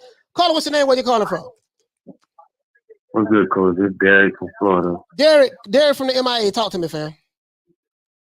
Hey, man, they better have some bomb money on me, bro. They better have some bomb money for Tank, because I'm gonna pay for Rolly, bro. Yeah. This shit, but it's probably ridiculous, bro. I mean, my boy Rolly hot garbage, bro. He has a punch of chance, but he hot garbage, bro. So they better have some bomb money. The ambulance gonna come outside. The police better be there. It's gonna be ugly, bro. Because this is a mismatch. I don't see it. I'm trying to imagine what Rolly could do. I'm trying to think how could he pull it off, but I can't see it. I just can't see it. Yeah, I can't. So they're gonna have to see. They're gonna have to free Tank, man. We're gonna have to see that boy. So we're gonna have that bomb money for him. Yeah. I mean, I'm not, I feel sorry for Rolly. I really do. I feel sorry for him. But anyways, because it's all fun and games. It's all fun and games for that bell ring. All the jokes, the patrolling is all good until once that bell ring gets fake business. Yeah. So, I mean, it is what it is, man. Hey, Derek, shout out to you, fam. Shout out to you, my brother. Salute to my brother. Yeah. Calling from Dade County, man, for sure. Bruh, as a matter of fact, hold on. This is what I want to show y'all, though. Hold on, this is what I want to show y'all. I want to show y'all something. Hold on. Devin is the weakest link. I don't think no one take this guy serious. This is what I wanted to show y'all, though. We're looking in the rankings. Let's look at the WBA, because Tank is with the WBA, right? Tank is with the WBA. He has the WBA Reggie belt. Let's look. I want to show you guys something. Just tell me what do you think about this. Tank has the Reggie belt. Okay, cool. Wow. I don't know. The brother might be. Brother, yeah, brother, you might have been right about this here, man. Tank has the Reggie belt. Hold on, guys. Let me you guys see this. Let me go ahead and bring this up so you guys can see. All right, got it. We got the cookies. All right, let me blow it up a little bit more so you guys can see. Bear with the old boy for a moment. As a matter of fact, this is my banner's in the way. I just break it down like this. It said Rolly Romero right here, guys. Rolly is number 1. Intern champion, I think. It's fighting Tank. Tank is the regular title champion. Michelle Rivera. Any of these guys, well, all of these guys, I don't think none of these guys are PBC fighters. Michelle Rivera, Gary Cully, Michelle Rivera, Gary Cully. Hold on, guys. Let's see. Teofimo went up to 140. Jojo Diaz. The fights that are gonna that need to be made is gonna be with the other divisions. And my thing is, okay, once he become a free agent, bro, or you know what, the brother might be right though. Tank might be using this as a marketing ploy to get more money out of Mayweather Promotions. Now, Will Floyd make that, do what he can to make that happen. The money team do what he can to make that happen. Hey man, pay him whatever he want. Whatever, if he want to fight the other fighters, if he want us to cross promote and work with other promoters so that we can get those big fights, if that's what he want, give him that. Will Floyd do that? I have no idea. I think the narcissist in him, won't allow a fighter to dictate how he does business. You get what I'm saying? So I don't know, man. So he could be using this as a marketing ploy. Guys, he could be using this as a marketing ploy in order to for leverage. Or he, shit, it is what it is. Go to the highest bidder, see what you can work out. I mean, because my thing is this, you have fighters lead promoters all the time. You get what I'm saying? So, you got some fighters, they start out with someone, and then that someone can only get them so far, and then they go on to greener pastures and take off. You know what I mean? Make it kind of like what Floyd did, and Floyd did with Bob Arum, what Canelo did with Golden Boy, with De La Hoya, stuff like that. It happens. You know what I mean? So, we'll see. We'll see how that work out. But bro, I'm telling you, bro, that is the fight, bro. From a money standpoint, the fan base is there. But I do get what Zoe is saying. It'd be best if they fight coming off a spectacular knockout. the fear that the problem that I have with that is, if we're waiting for a spectacular knockout in order to make this fight happen, shit, what if, it's a whole lot of what ifs. Like, if that don't happen, and you have a window period in order to make certain fights happen. And my thing is, if the potential of this fight happening or not happening because it's outside of that window period, then, I just believe that strike while the iron is hot. And, that's how I feel about it. That's how I feel about it. You know what I mean? Tupac, what you say, fam? He said Rolly is just trying to sell the fight. He wants to be able to buy his mom a house. Well, Rolly don't have to sell a fight. I mean, he doesn't have any fans. So, I mean, he doesn't really have to sell a fight. The fight is literally, the people who come into New York to see this fight, like Rolly ain't got no fans like that, bro. And this is not putting no shade on Rolly, but in boxing circles, like when you just talk to boxing circles, people who look at this sport of boxing and they break it down from a stylistic standpoint, stuff like that, and the tangibles. Like, what are the tangibles? You know what I mean? Like, we got another call calling in. I just don't see it, dog. Footwork, the lack of defense. Caller, what's your name? Where you calling from? Caller, what's your name? Where you calling from? What's up, Coach? This is Adrian from Dallas. Adrian from Dallas. Talk to me, fam. What you want to talk about, brother? All right, Coach. Let's go straight at it. Yeah, Ryan Garcia versus Davis. That's a great fight. I think Ryan, with Oscar behind him, pushing him now, the zone really committing to him, and now Ryan is going to be more independent. And you saw he packed that place in San Antonio, man. Bro, I was surprised. You were surprised. I was surprised with you. I'm like, damn, bro. Like, I know, because when he came here to Dallas, I think a year ago, it wasn't that packed. So that tells you him separating from Canelo. I mean, he knows what he's. Oscar's probably guiding him. He's going to be a big. I mean, we already know Instagram is legit with him, but this fight was kind of, it wasn't his best. But at the end of the day, nobody's perfect, right? Nobody's Floyd like his record is. Nobody's Oscar De La Hoya with consecutive pay-per-views. But at the end of the day, Davis, look, Coach, what did Floyd used to say? What have you done for me lately? What were the last pay-per-view numbers of his last fight? That's what I want to know. Everybody keeps on hiding from this. Nobody wants to talk about this. It makes no sense to me that, I'm sorry, Coach, I know you got callers. No, go ahead. Go ahead. It's been hanging in my head this whole time. Time has passed by already. I'm always the type of guy that time always tells everything. Right. But what were your pay-per-view numbers? You're supposed to be this big pay-per-view star, like Blue Blood is saying that he's a big star. I understand he brings butts to the seats, but what have you done for me in on TV, right? And not just that, you got the Boxing Voice, which I listen to, and they're awesome.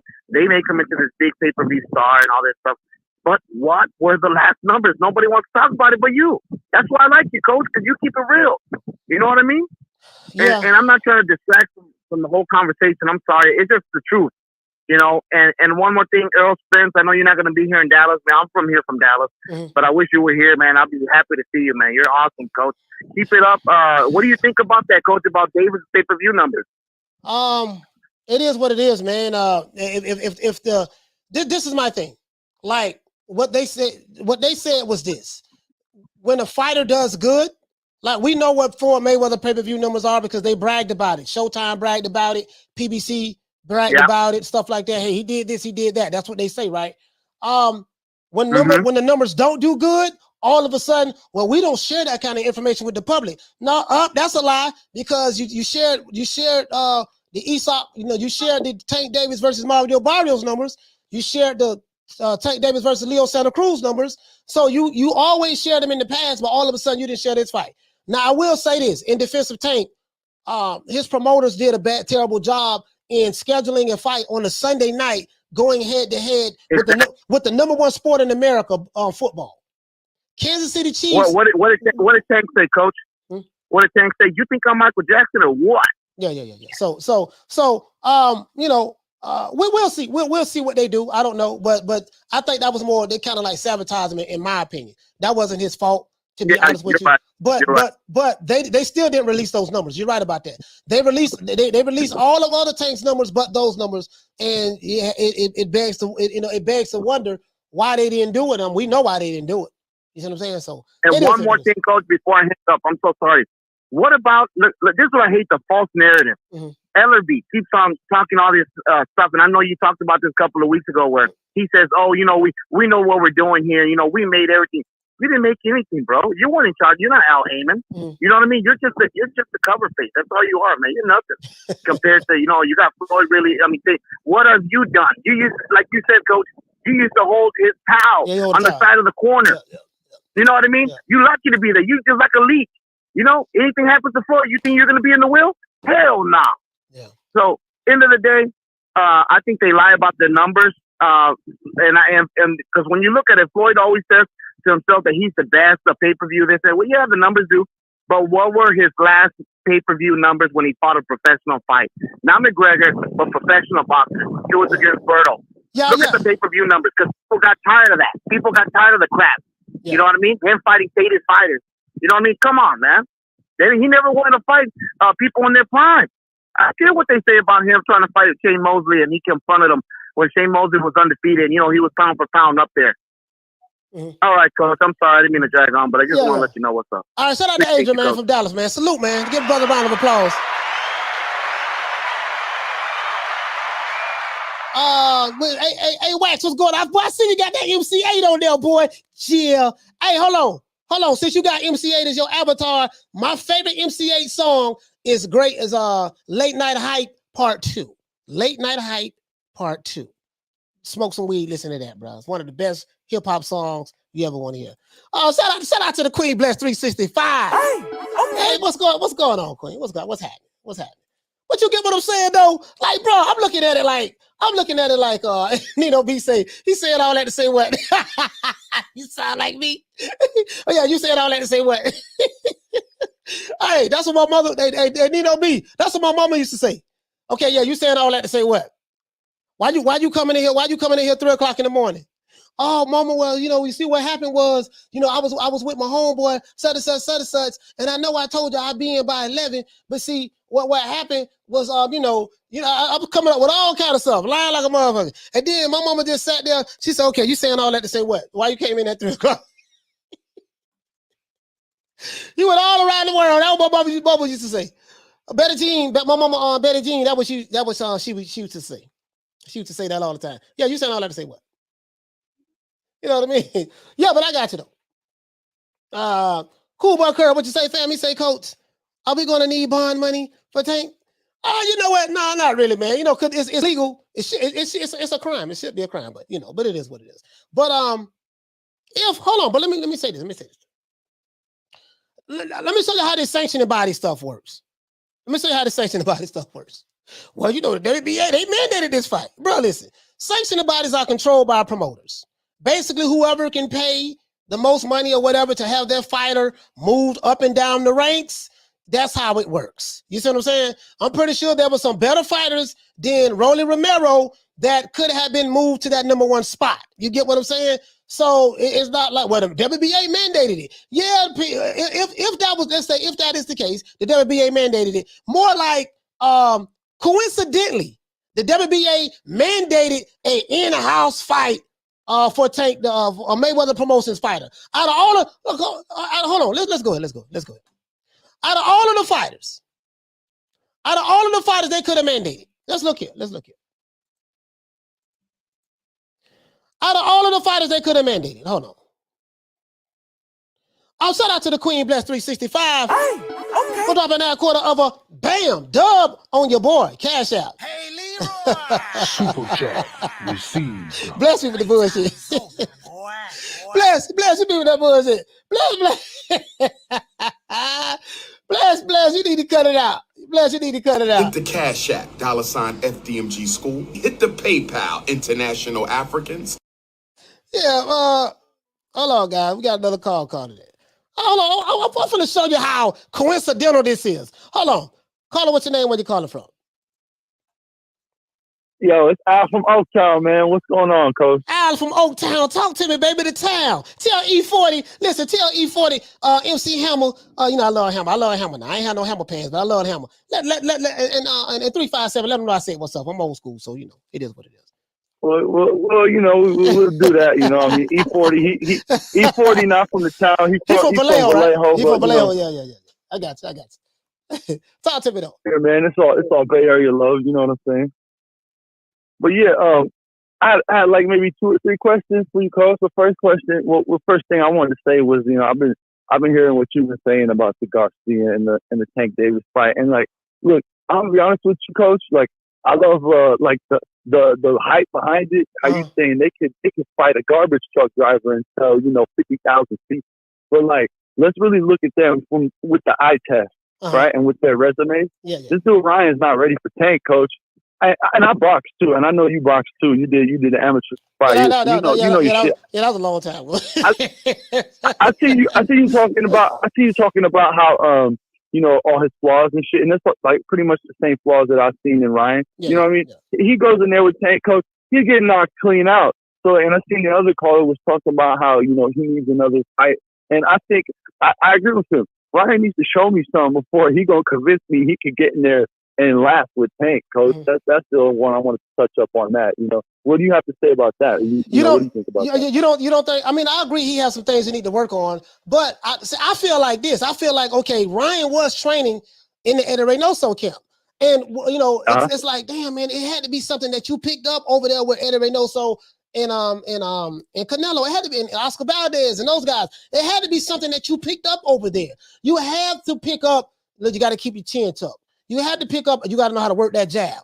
You had to pick up, man. You got to know how to, you know, when you cut the ring off, you got to do more than just the same offensive output. You got to mix your punches up, mix the speed of the punches, not leave yourself so wide open when you're throwing your power shots. You know what I mean?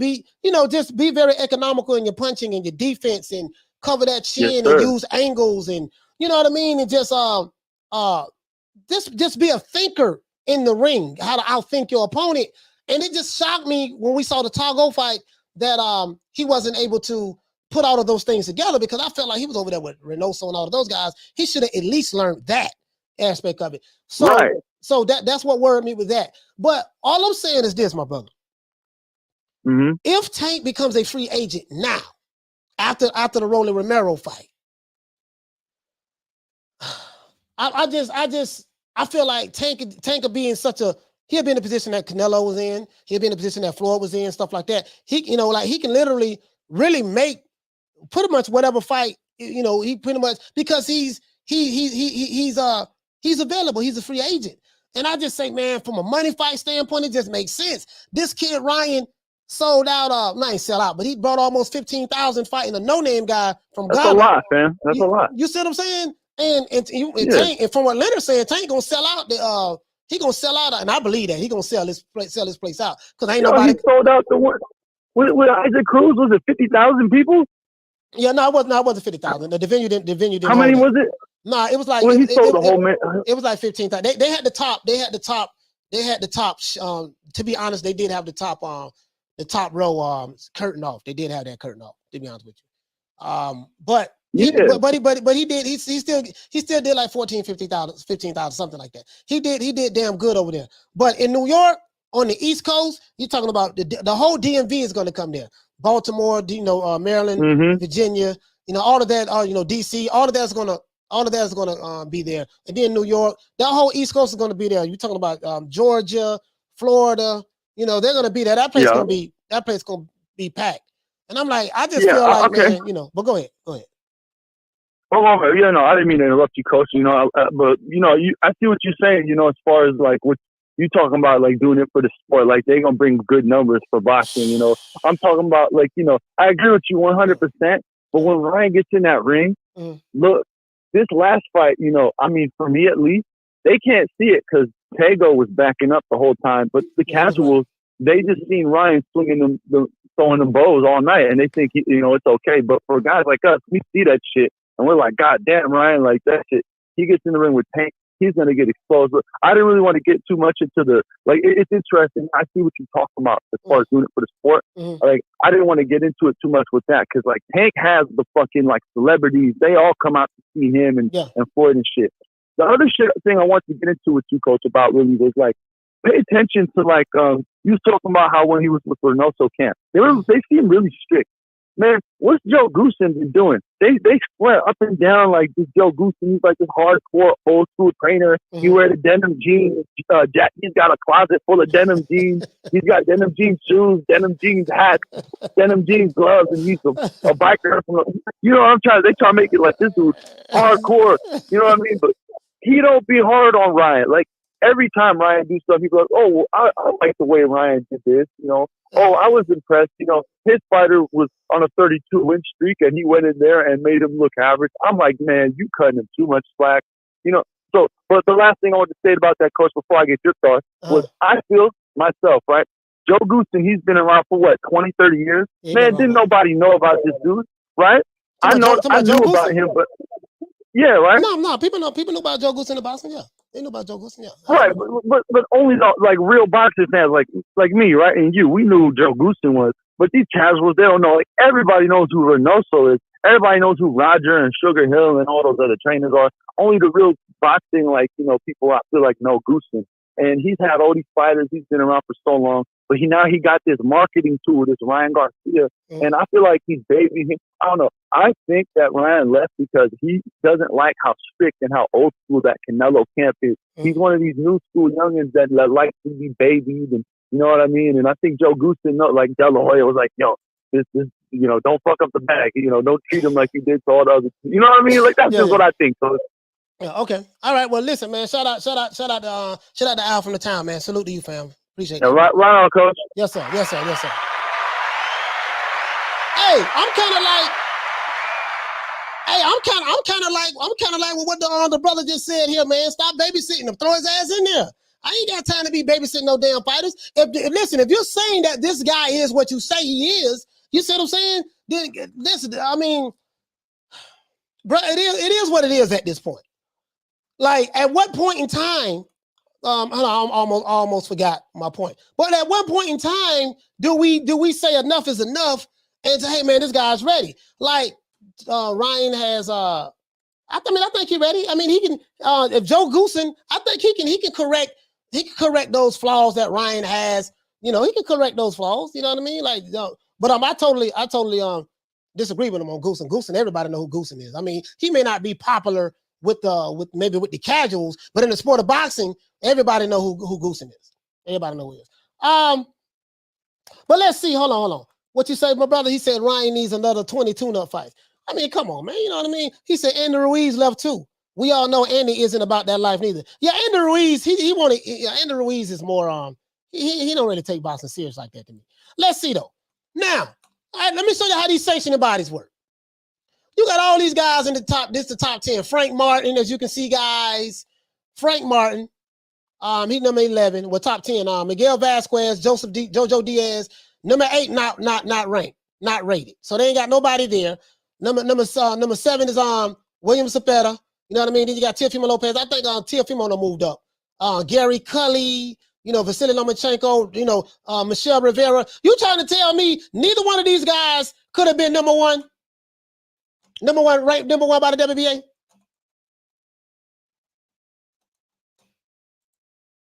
Neither one of those guys could have been ranked number one. You get where I'm going at with this, guys?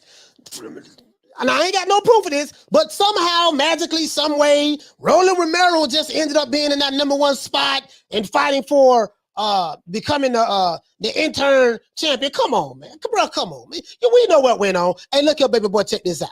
It's about putting butts in seats. This is what we need to do. See, after Tank fought Mario Barrios, we gonna wet your palm a little bit, baby boy. Now, Michelle Rivera and all those other guys, Corrales and Lomachenko and Gary Cully, what we gonna need to do, baby boy, we gonna need you to put Big Rolo right there in that number one spot.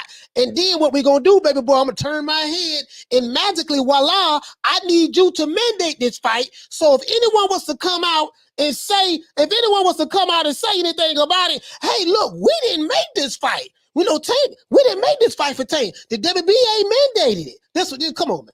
Come, bro. I'm telling you how this shit work, bro. Like it's the only trick in the book. Only trick in the book. Come on, man. Come on, man. Come on, man.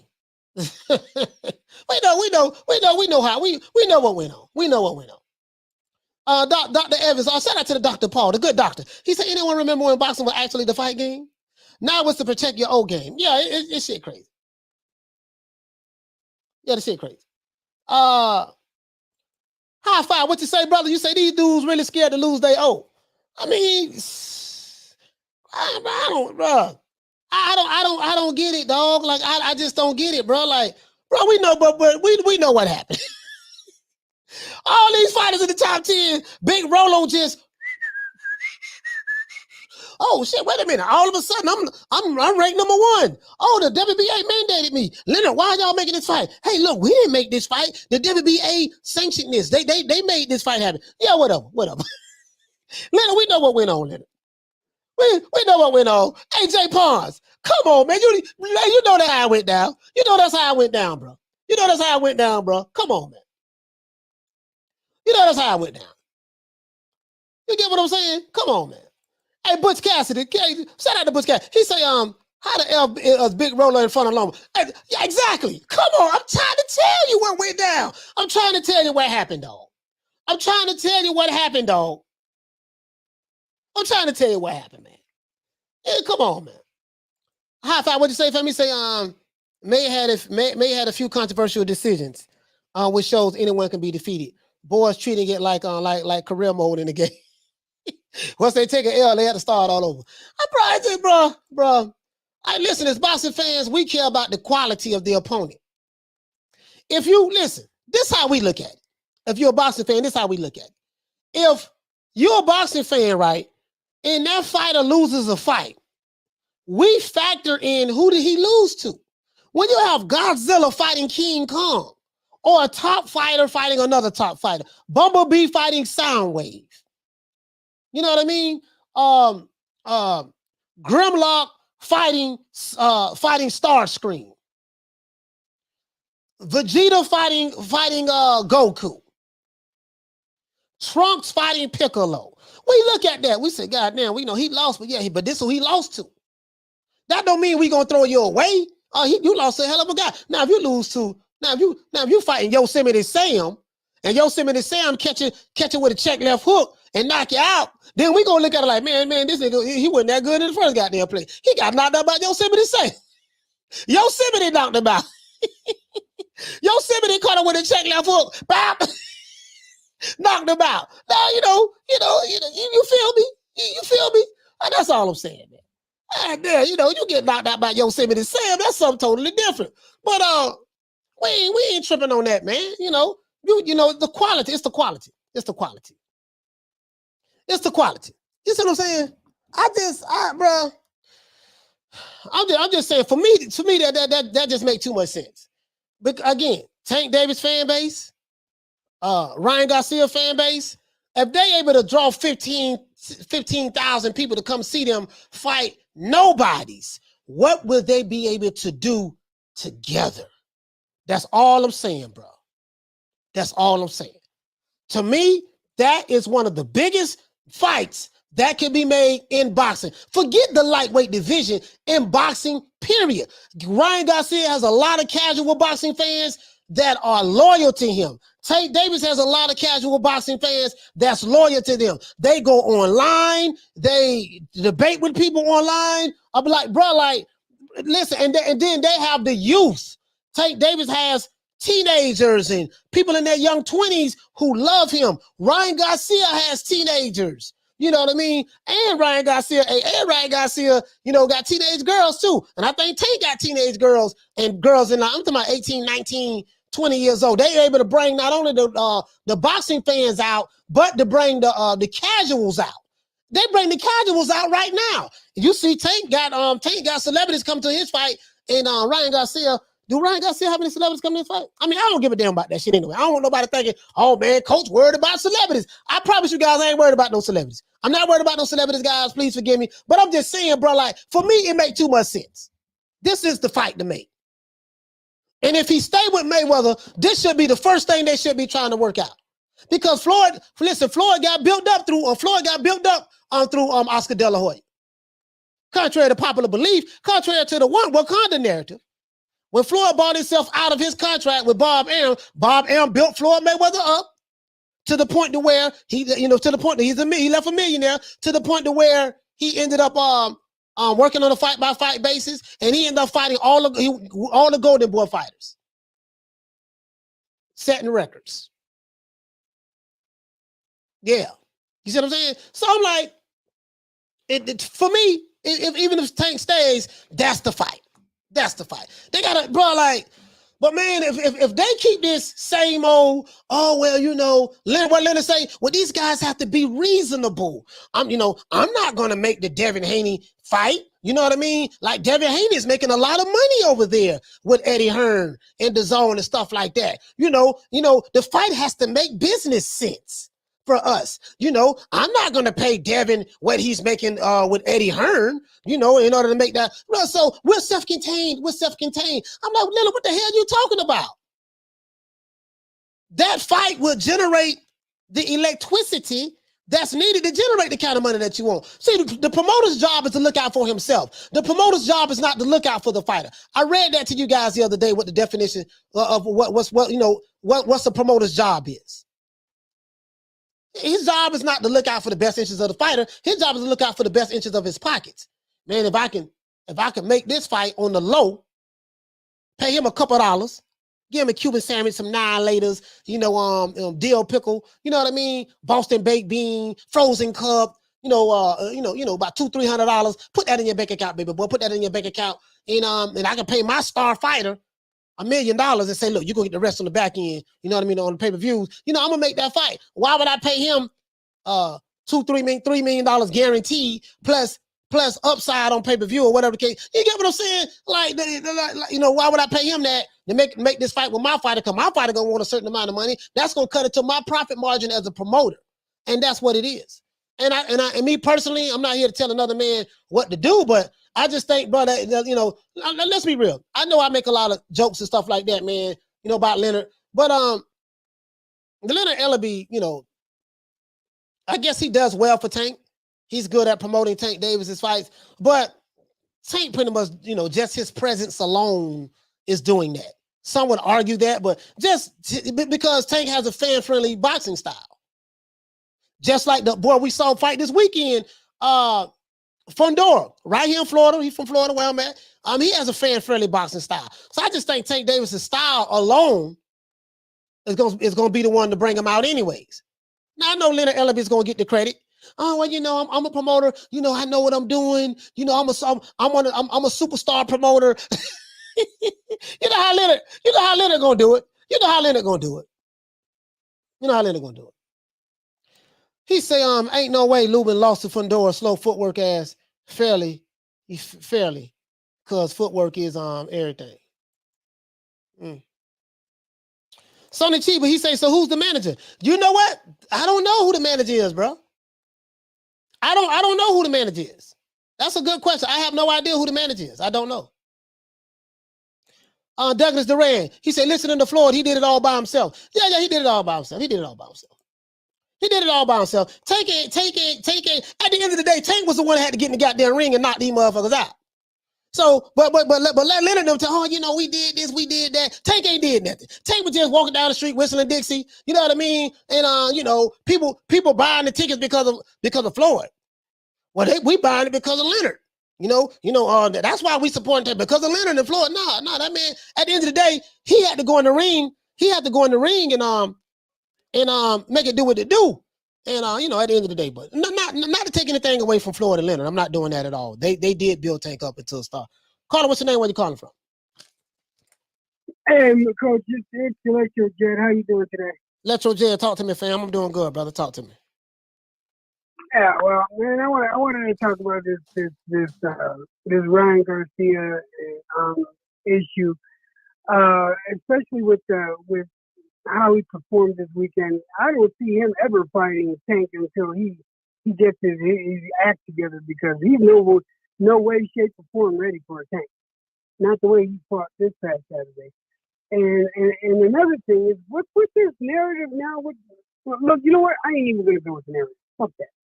But yeah, I honestly don't think that Ryan is ready for any serious competition. Mm-hmm. Not any of the top four at least. I mean, am I right or am I wrong? What do you think? I mean, I think he's ready. I don't believe in babysitting no damn fighters. I think he's ready. Shit, he's a knockout artist. He's fast. He's quick. He has power. I mean, I think he's ready. I just say that, hey man, he probably, the fight he had this past weekend.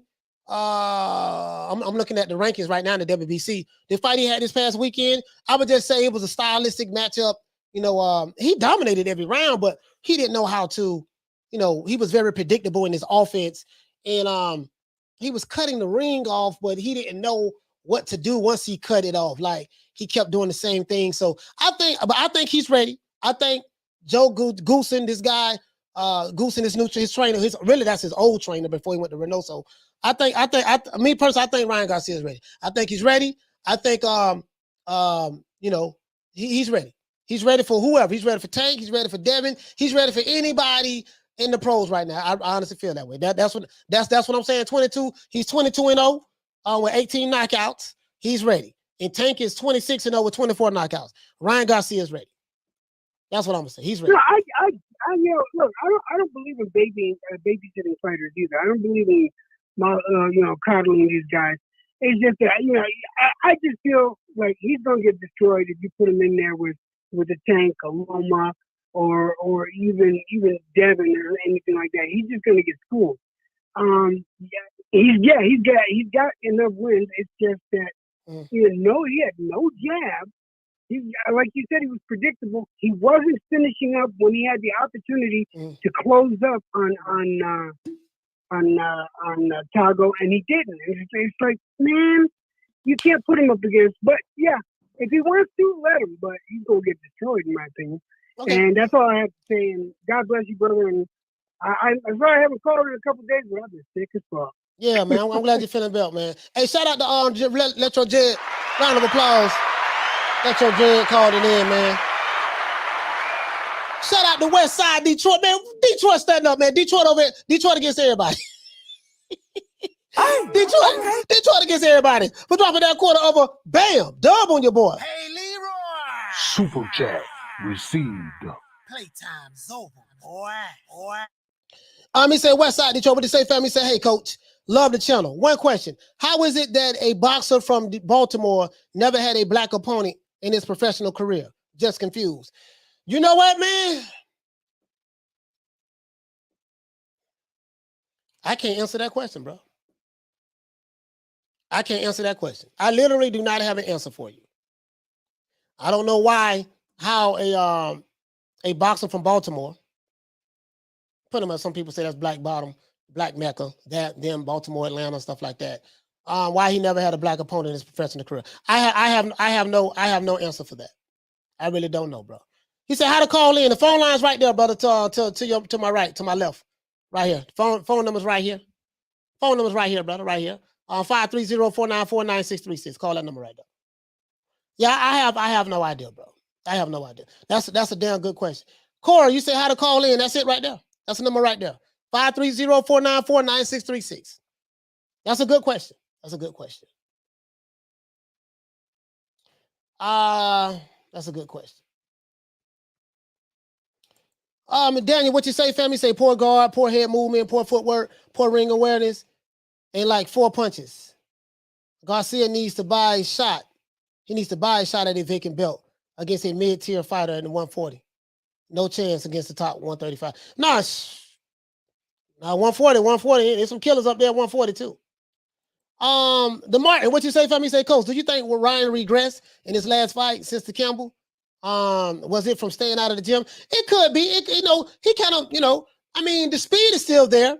The quickness is still there. So, it's just some fundamental things he need to work on.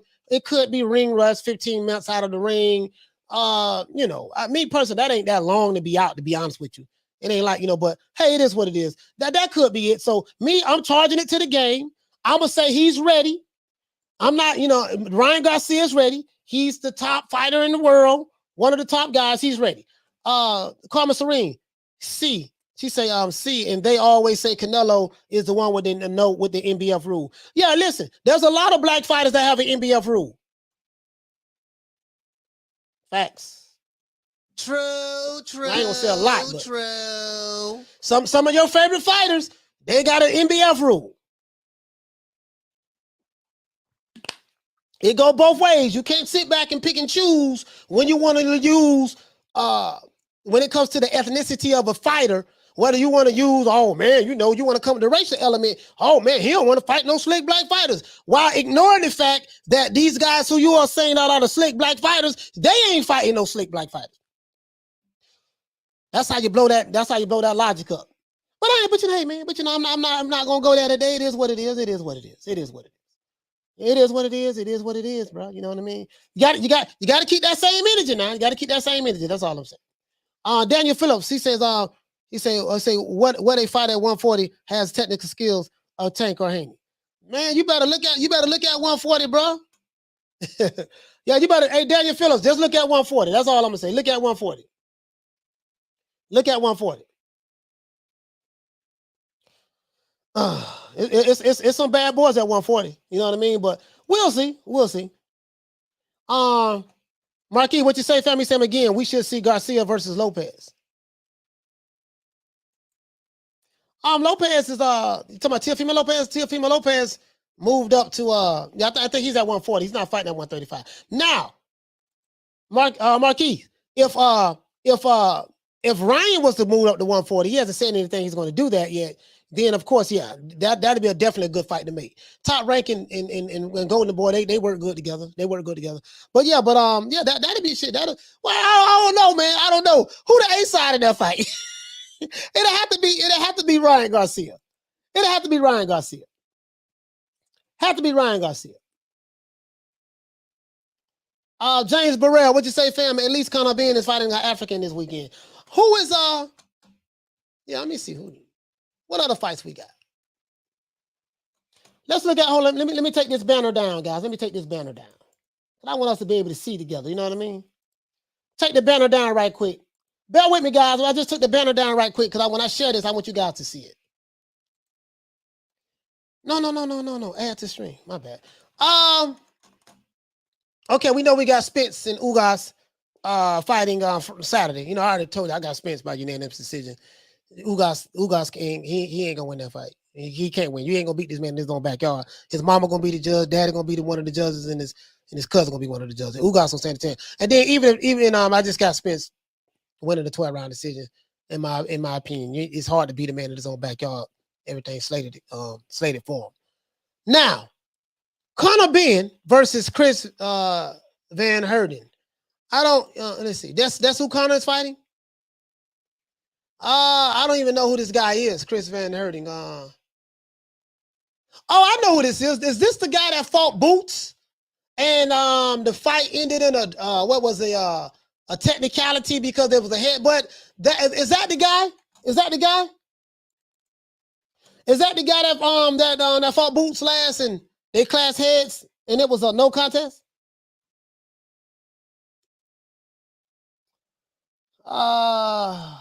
Daniel Phillips, he said Taylor owned the division, but is struggling with the weight. Yeah, Taylor is moving up the he said moving up the welterweight. That's what he said.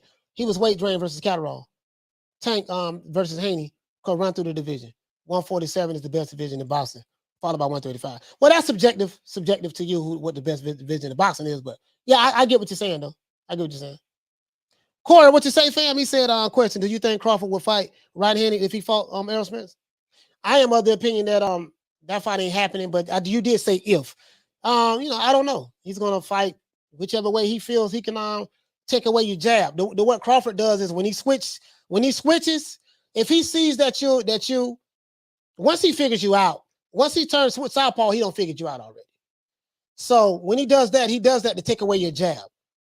I'm gonna take his jab away because your jab is your defense. You know, your jab is the first line of defense and offense. It keep a person off you. If you use that stick right and everything is set up off the jab. So, and when he does that, you put him up so figured out, okay, I'm going to take your jab away, jab over your jab, and then time you with other shots and stuff like that. But if that fight was to happen, you know, it is what it is. Yeah, I mean, whatever, you know, whatever adjustments he feel he needs to make, he'll do it. So he does that for jab control, you know. But I don't think that fight is happening myself. Why? What you say, Ant? You say, yeah, that's the guy who fought Boots and Smith. Yeah, okay. All right, yeah. Yeah, Conor Ben gonna knock this dude out. Well, I think he's gonna knock him out. Conor Ben's gonna knock him out. You know, Conor Ben's gonna knock him out. He gonna knock him out. Wait, what y'all think about Conor Ben, man? What y'all think about this guy, Conor Ben? What y'all think about this guy? I'm hearing he's a killer. What y'all think about this guy? He said after the Mike Tyson interview, who do you all see Charlo sisters fighting next? Well, we know Jamel Charlo is fighting Castaño for undisputed. We know that. Jamel Charlo is fighting Castaño for undisputed. We know that. Now Jamal Charlo is fighting what's the name of the guy he's fighting? Damn. He's fighting the guy who Daniel Jacobs fought. Daniel Jacobs beat him, and Demetrius Andrade beat him as well. Jamal Charlo, he's fighting he's already fighting someone. Shit, to be honest, the guy he's fighting has a better resume than him in the middleweight division, to be honest with you. He lost those fights, but he fought Andrade and Daniel Jacobs. Oh, he's fighting Macy, what I call it, Sulecki. Macy Sulecki. Okay, that's who he's fighting. He's fighting him in June. So, and then we know that Jamel Charlo is fighting Brian Castaño for undisputed. So we already know that. You know what I mean? We already know that. He said considering Conor Ben's amateur background is non-existent, he's done well. Does need to step it up opposition wise after Van Herden. Shit, hey, listen, check this out. If you feel that Conor Ben's amateur background is non-existent, I'm pretty sure you got to feel that same way about Rolly Romero. You feel me? Shout out to Deborah Booker. Shout out to the Queen Deborah. She said, Coach, did you hear they're supposed to be setting up some fights for AB?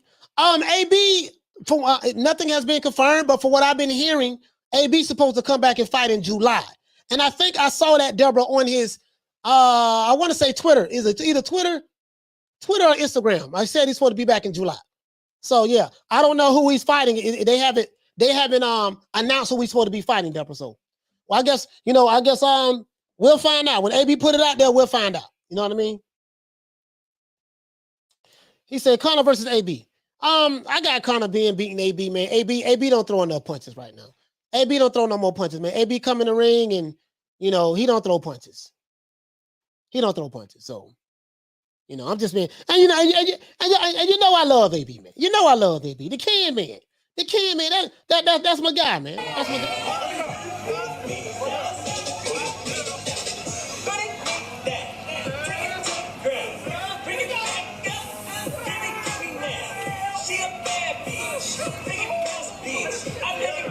Turn around. Yeah.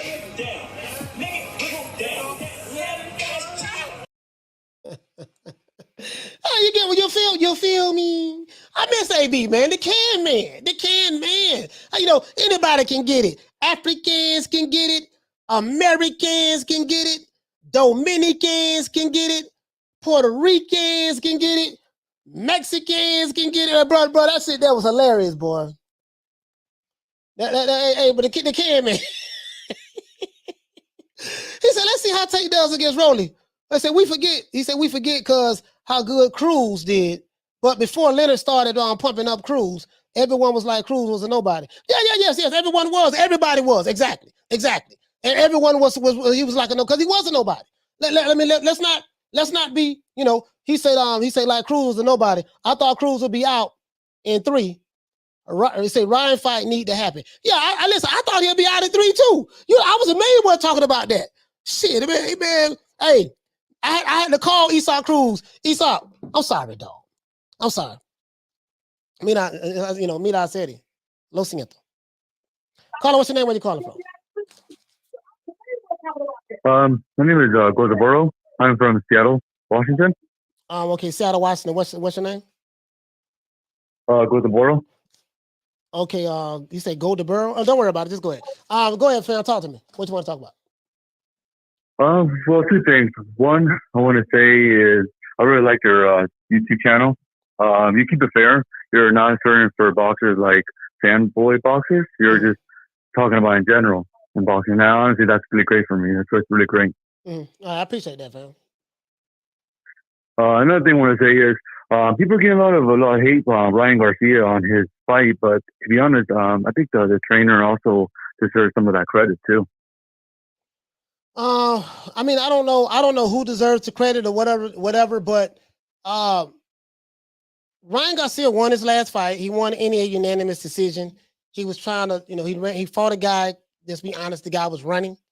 I think the criticism that Ryan Garcia has received, let me ask you a question. Do you consider criticism as hate? What do you consider hate? Let me get to the point. What do you consider hate? Hate? Well, I'll say someone that just taking down their achievements or their goals and just bash on them. Okay. So, all right. So for me, it's like, I speak Spanish fluently, and I see when Ryan Garcia was fighting Luke Campbell, I was listening to what Eddie Reynoso was telling him, the things that he was doing wrong. And that was very, very good critiquing what he was doing. And this fight where I saw Ryan, the trainer, he was just telling him, you're winning the fight, you're doing great, you're dominating, just continue doing what you're doing. And to me, that's kind of like, that's a really horrible trainer. Like, you should have told him what he doesn't know. Like, for example, the best thing to do in boxing, jabbing. He didn't really know jab whatsoever. That was really, really bad. Not just for Ryan Garcia, but also the trainer. Do you agree with that? Yeah, but I'm gonna be honest with you, bro. Like, how at this stage in his career he doesn't know what a jab is? You get what I'm saying? True, like that's not making any sense to me. True. No, that is true. But when you're like in the spotlight, you kind of forget a couple things, and that's why the trainer is right there to tell you, hey, you're forgetting this, or you need to do more of this. That's what he should be doing. And to me, what I saw was it was really, really horrible. Like, he was just telling him, good job, and that's it. I don't know, man. I mean, I'm not gonna lie. I got to go back and listen to. I didn't hear what the instructions that Goosen was giving to Ryan Garcia. I'm not gonna lie. I didn't hear it. But we'll see. I just want to say, people. Go ahead. Yeah. I just want to say thanks for keeping it real, everything on your YouTube channel. And let's just hope for a great fight that's coming up Saturday. Yeah, for sure, man. Shout out to the brother, man. What's your name is again? Anyway, I don't want to say it right. Will DeBurrow. Will DeBurrow. Shout out to Will, caller from Seattle. Shout out to you, fam.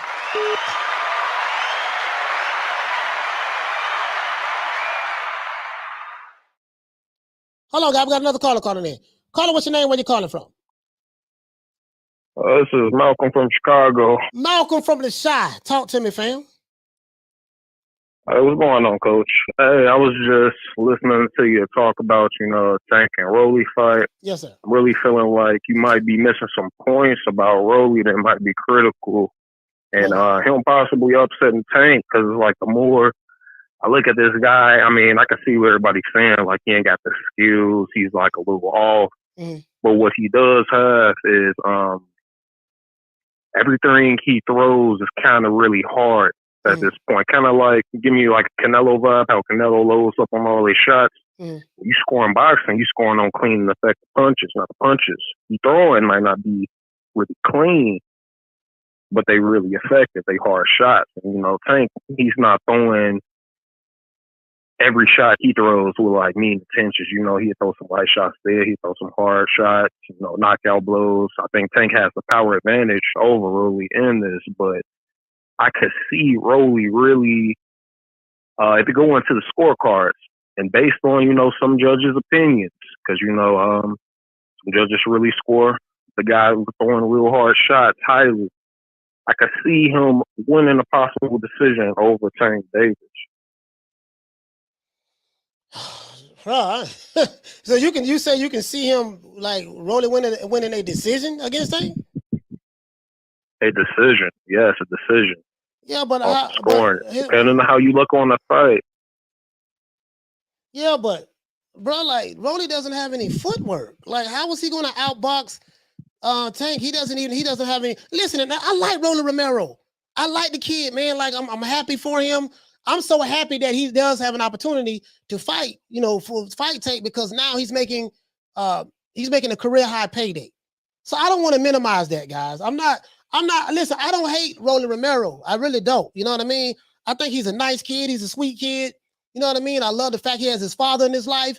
But when I break this stuff down, man, from a boxing standpoint, I'm like, bro, man, this man footwork is terrible. He does the bunny hop in the ring. Mm-hmm. His technique is off base.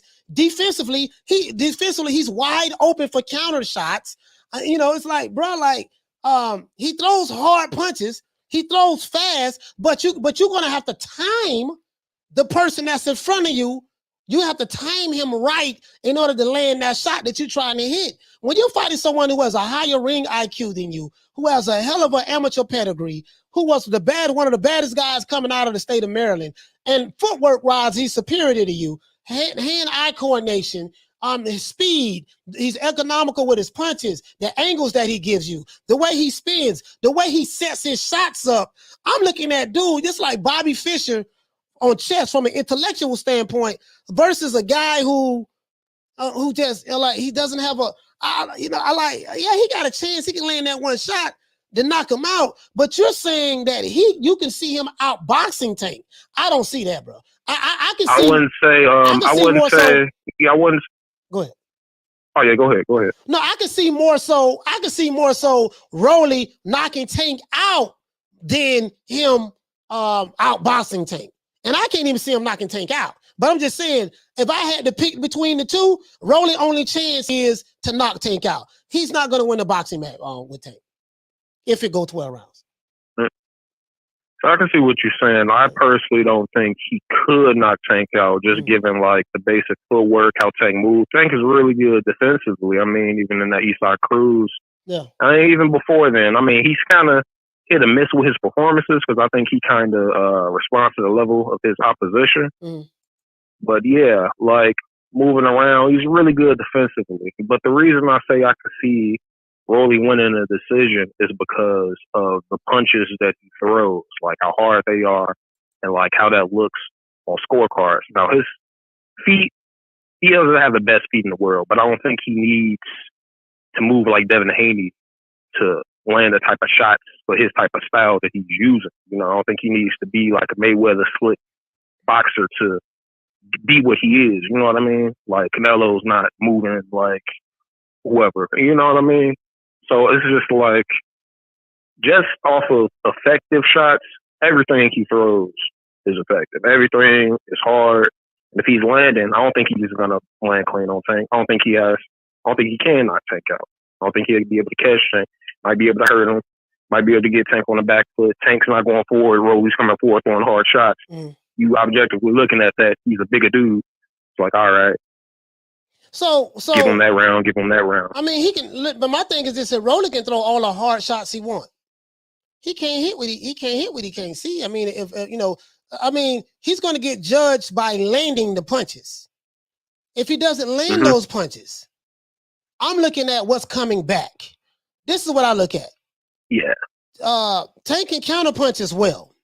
If Rolly throws those punches wide, like he normally throws, hard, and he don't get back defensively, there's always going to be something that's coming back. And if he doesn't land that shot, a judge is not going to give him a round. Yeah, he threw harder punches, but he can throw 20 hard punches. But if he's only landing 1 or 2, and Tank is landing, 10 and 11 and 12 shots, they're not going to say, well, because he threw hard punches, that's going to score. He had to land those shots. Tank ain't going to be sitting there like Tank knows this dude low. Hey, okay, here come the right. Bam.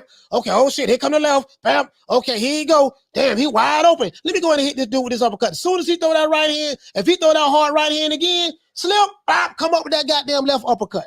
If he throw it again. I mean, bro, I'm telling you, bro, this shit gonna be brutal, bro. If Rolly throw that hard right hand and Tank time him and he slip it and come up with that uppercut, it's good night, Irene. And the boy is not defensively sound. I'm looking at it from a boxing standpoint. I'm not taking anything away from Rolly Romero. I'm saying, dog, stylistically, man, this dude in trouble.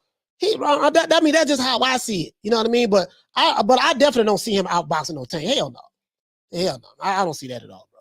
But we just agree to disagree on that, my brother. But Malcolm, shout out to you, fam, man. Shout out to you, man. Shout out to Malcolm from the side, man. Shout out to Malcolm from the side.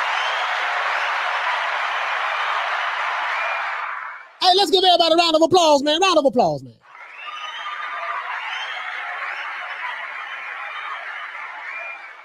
Yeah, man, I'm just saying, bro, them counter punches, man, gonna be crazy, man. Bro, I'm like, but anyway, hey, let's do this, man. Let's give everybody a round. Hey, let's do this OJ the Jew Man style, man. Shout out, man, to everybody who called in, man. Shout out to the boxing historian from Seattle. Shout out to Trap from Orlando. Shout out to Zoe from Virginia. Shout out to Jake from Rochester. Shout out to Derek from Miami. Shout out to Adrian from Dallas. Shout out to Al from Oaktown. What's up, baby? Shout out to Electro Jed from New Mexico. Shout out to Big Will from Seattle, Washington. And shout out to Malcolm from Chi-Town. Shout out to Malcolm from Chi-Town, man. It is what it is, man. As a matter of fact, let's go ahead, man. Phone lines are closed. Now, let's do this, guys. You know how we're going to go ahead and do this OJ the Jew Man style. I want to, once again, let everybody know what time it is, man. Give everybody a round of applause. And shout out to Drumming for Life. Shout out to Ralph Reacts, Dragon Leg, Big Hulk from Maryland, Mr. Pragmatic, Jason Dockery. Salute to you, fam. Lonnie Laughlin. Shout out to Knockdown 305. My brother from Dade County. Shout out to the Queen, Lady Shan, done them season. Shout out to Just a Fan. Shout out to W Right Side. And shout out to Lil Right Side as well, his son. Shout out to Bernard Burton. Shout out to Major Key Boxing from Orlando. Shout out to the Queen, Deborah Booker. Shout out to the Boxing Lounge, Arnold Moketsi. Shout out to Manny 209. Shout out to Will Sargison. Shout out to Adrian Big 30. Shout out to Mike from Boston. Shout out to Bush the Kid Man Cassidy. Shout out to Tony Boswell. Shout out to my brother Troy Graham from B-More. Shout out to AB Sounds. Shout out to Kathy W. Shout out to Dean West. Shout out to Jim 82. Shout out to Two Matador. Shout out to Miguel Charco. Shout out to the Queen Kama Serene. Es un placer conocerlo, mi hermana. Shout out to Here to There. Shout out to True Gritter 402. Shout out to Malcolm Roach. Shout out to Hell Hero Elite. Jay Rodriguez, Follow Bond, Philo 58. My main man, Ron Boy Fresh. What's up, Slim? Shout out to my brother Dantes right here in Tampa Bay with the boy. Shout out to Chickarelli. What's going on, fam? Shout out to my brother Damian Bennett. From B-More. Shout out to Lil Green ISP. Shout out to Charlo. Shout out to Ahmed. Shout out to Thomas Jones. Fistiana Fights. Shout out to the Queen Miss Fitz. Shout out to my brother Retro Boxing, the documentary from Gainesville. Shout out to Schoolo X-Mon. Mark Nash from the ATL. Rider of the Storm. Shout out to Carl Hansen from Down Under. Shout out to Philly Fly.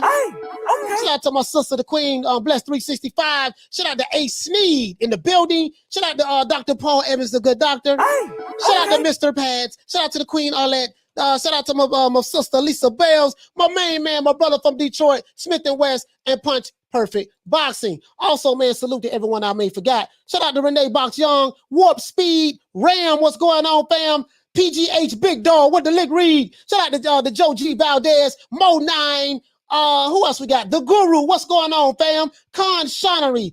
Who else we got, man? Who else we got? Daniel Phillips, what's going on, bro? Reese Mack, the Miggity Mac Daddy. Shout out to Seen and Unseen Boxing. Shout out to Big Ron in the building. Thomas Jones, Hi-Fi, Joe G. Valdez, and Media Edits. Other than that, that's it. This is our boy, Coach Malachi Williams, signing out. New meeting today, USA Boxing. See you guys tomorrow at 3 o'clock Eastern Standard Time. You know my motto, don't meet me there, beat me there. Peace. Man, I'm out of here, bro. Let's go.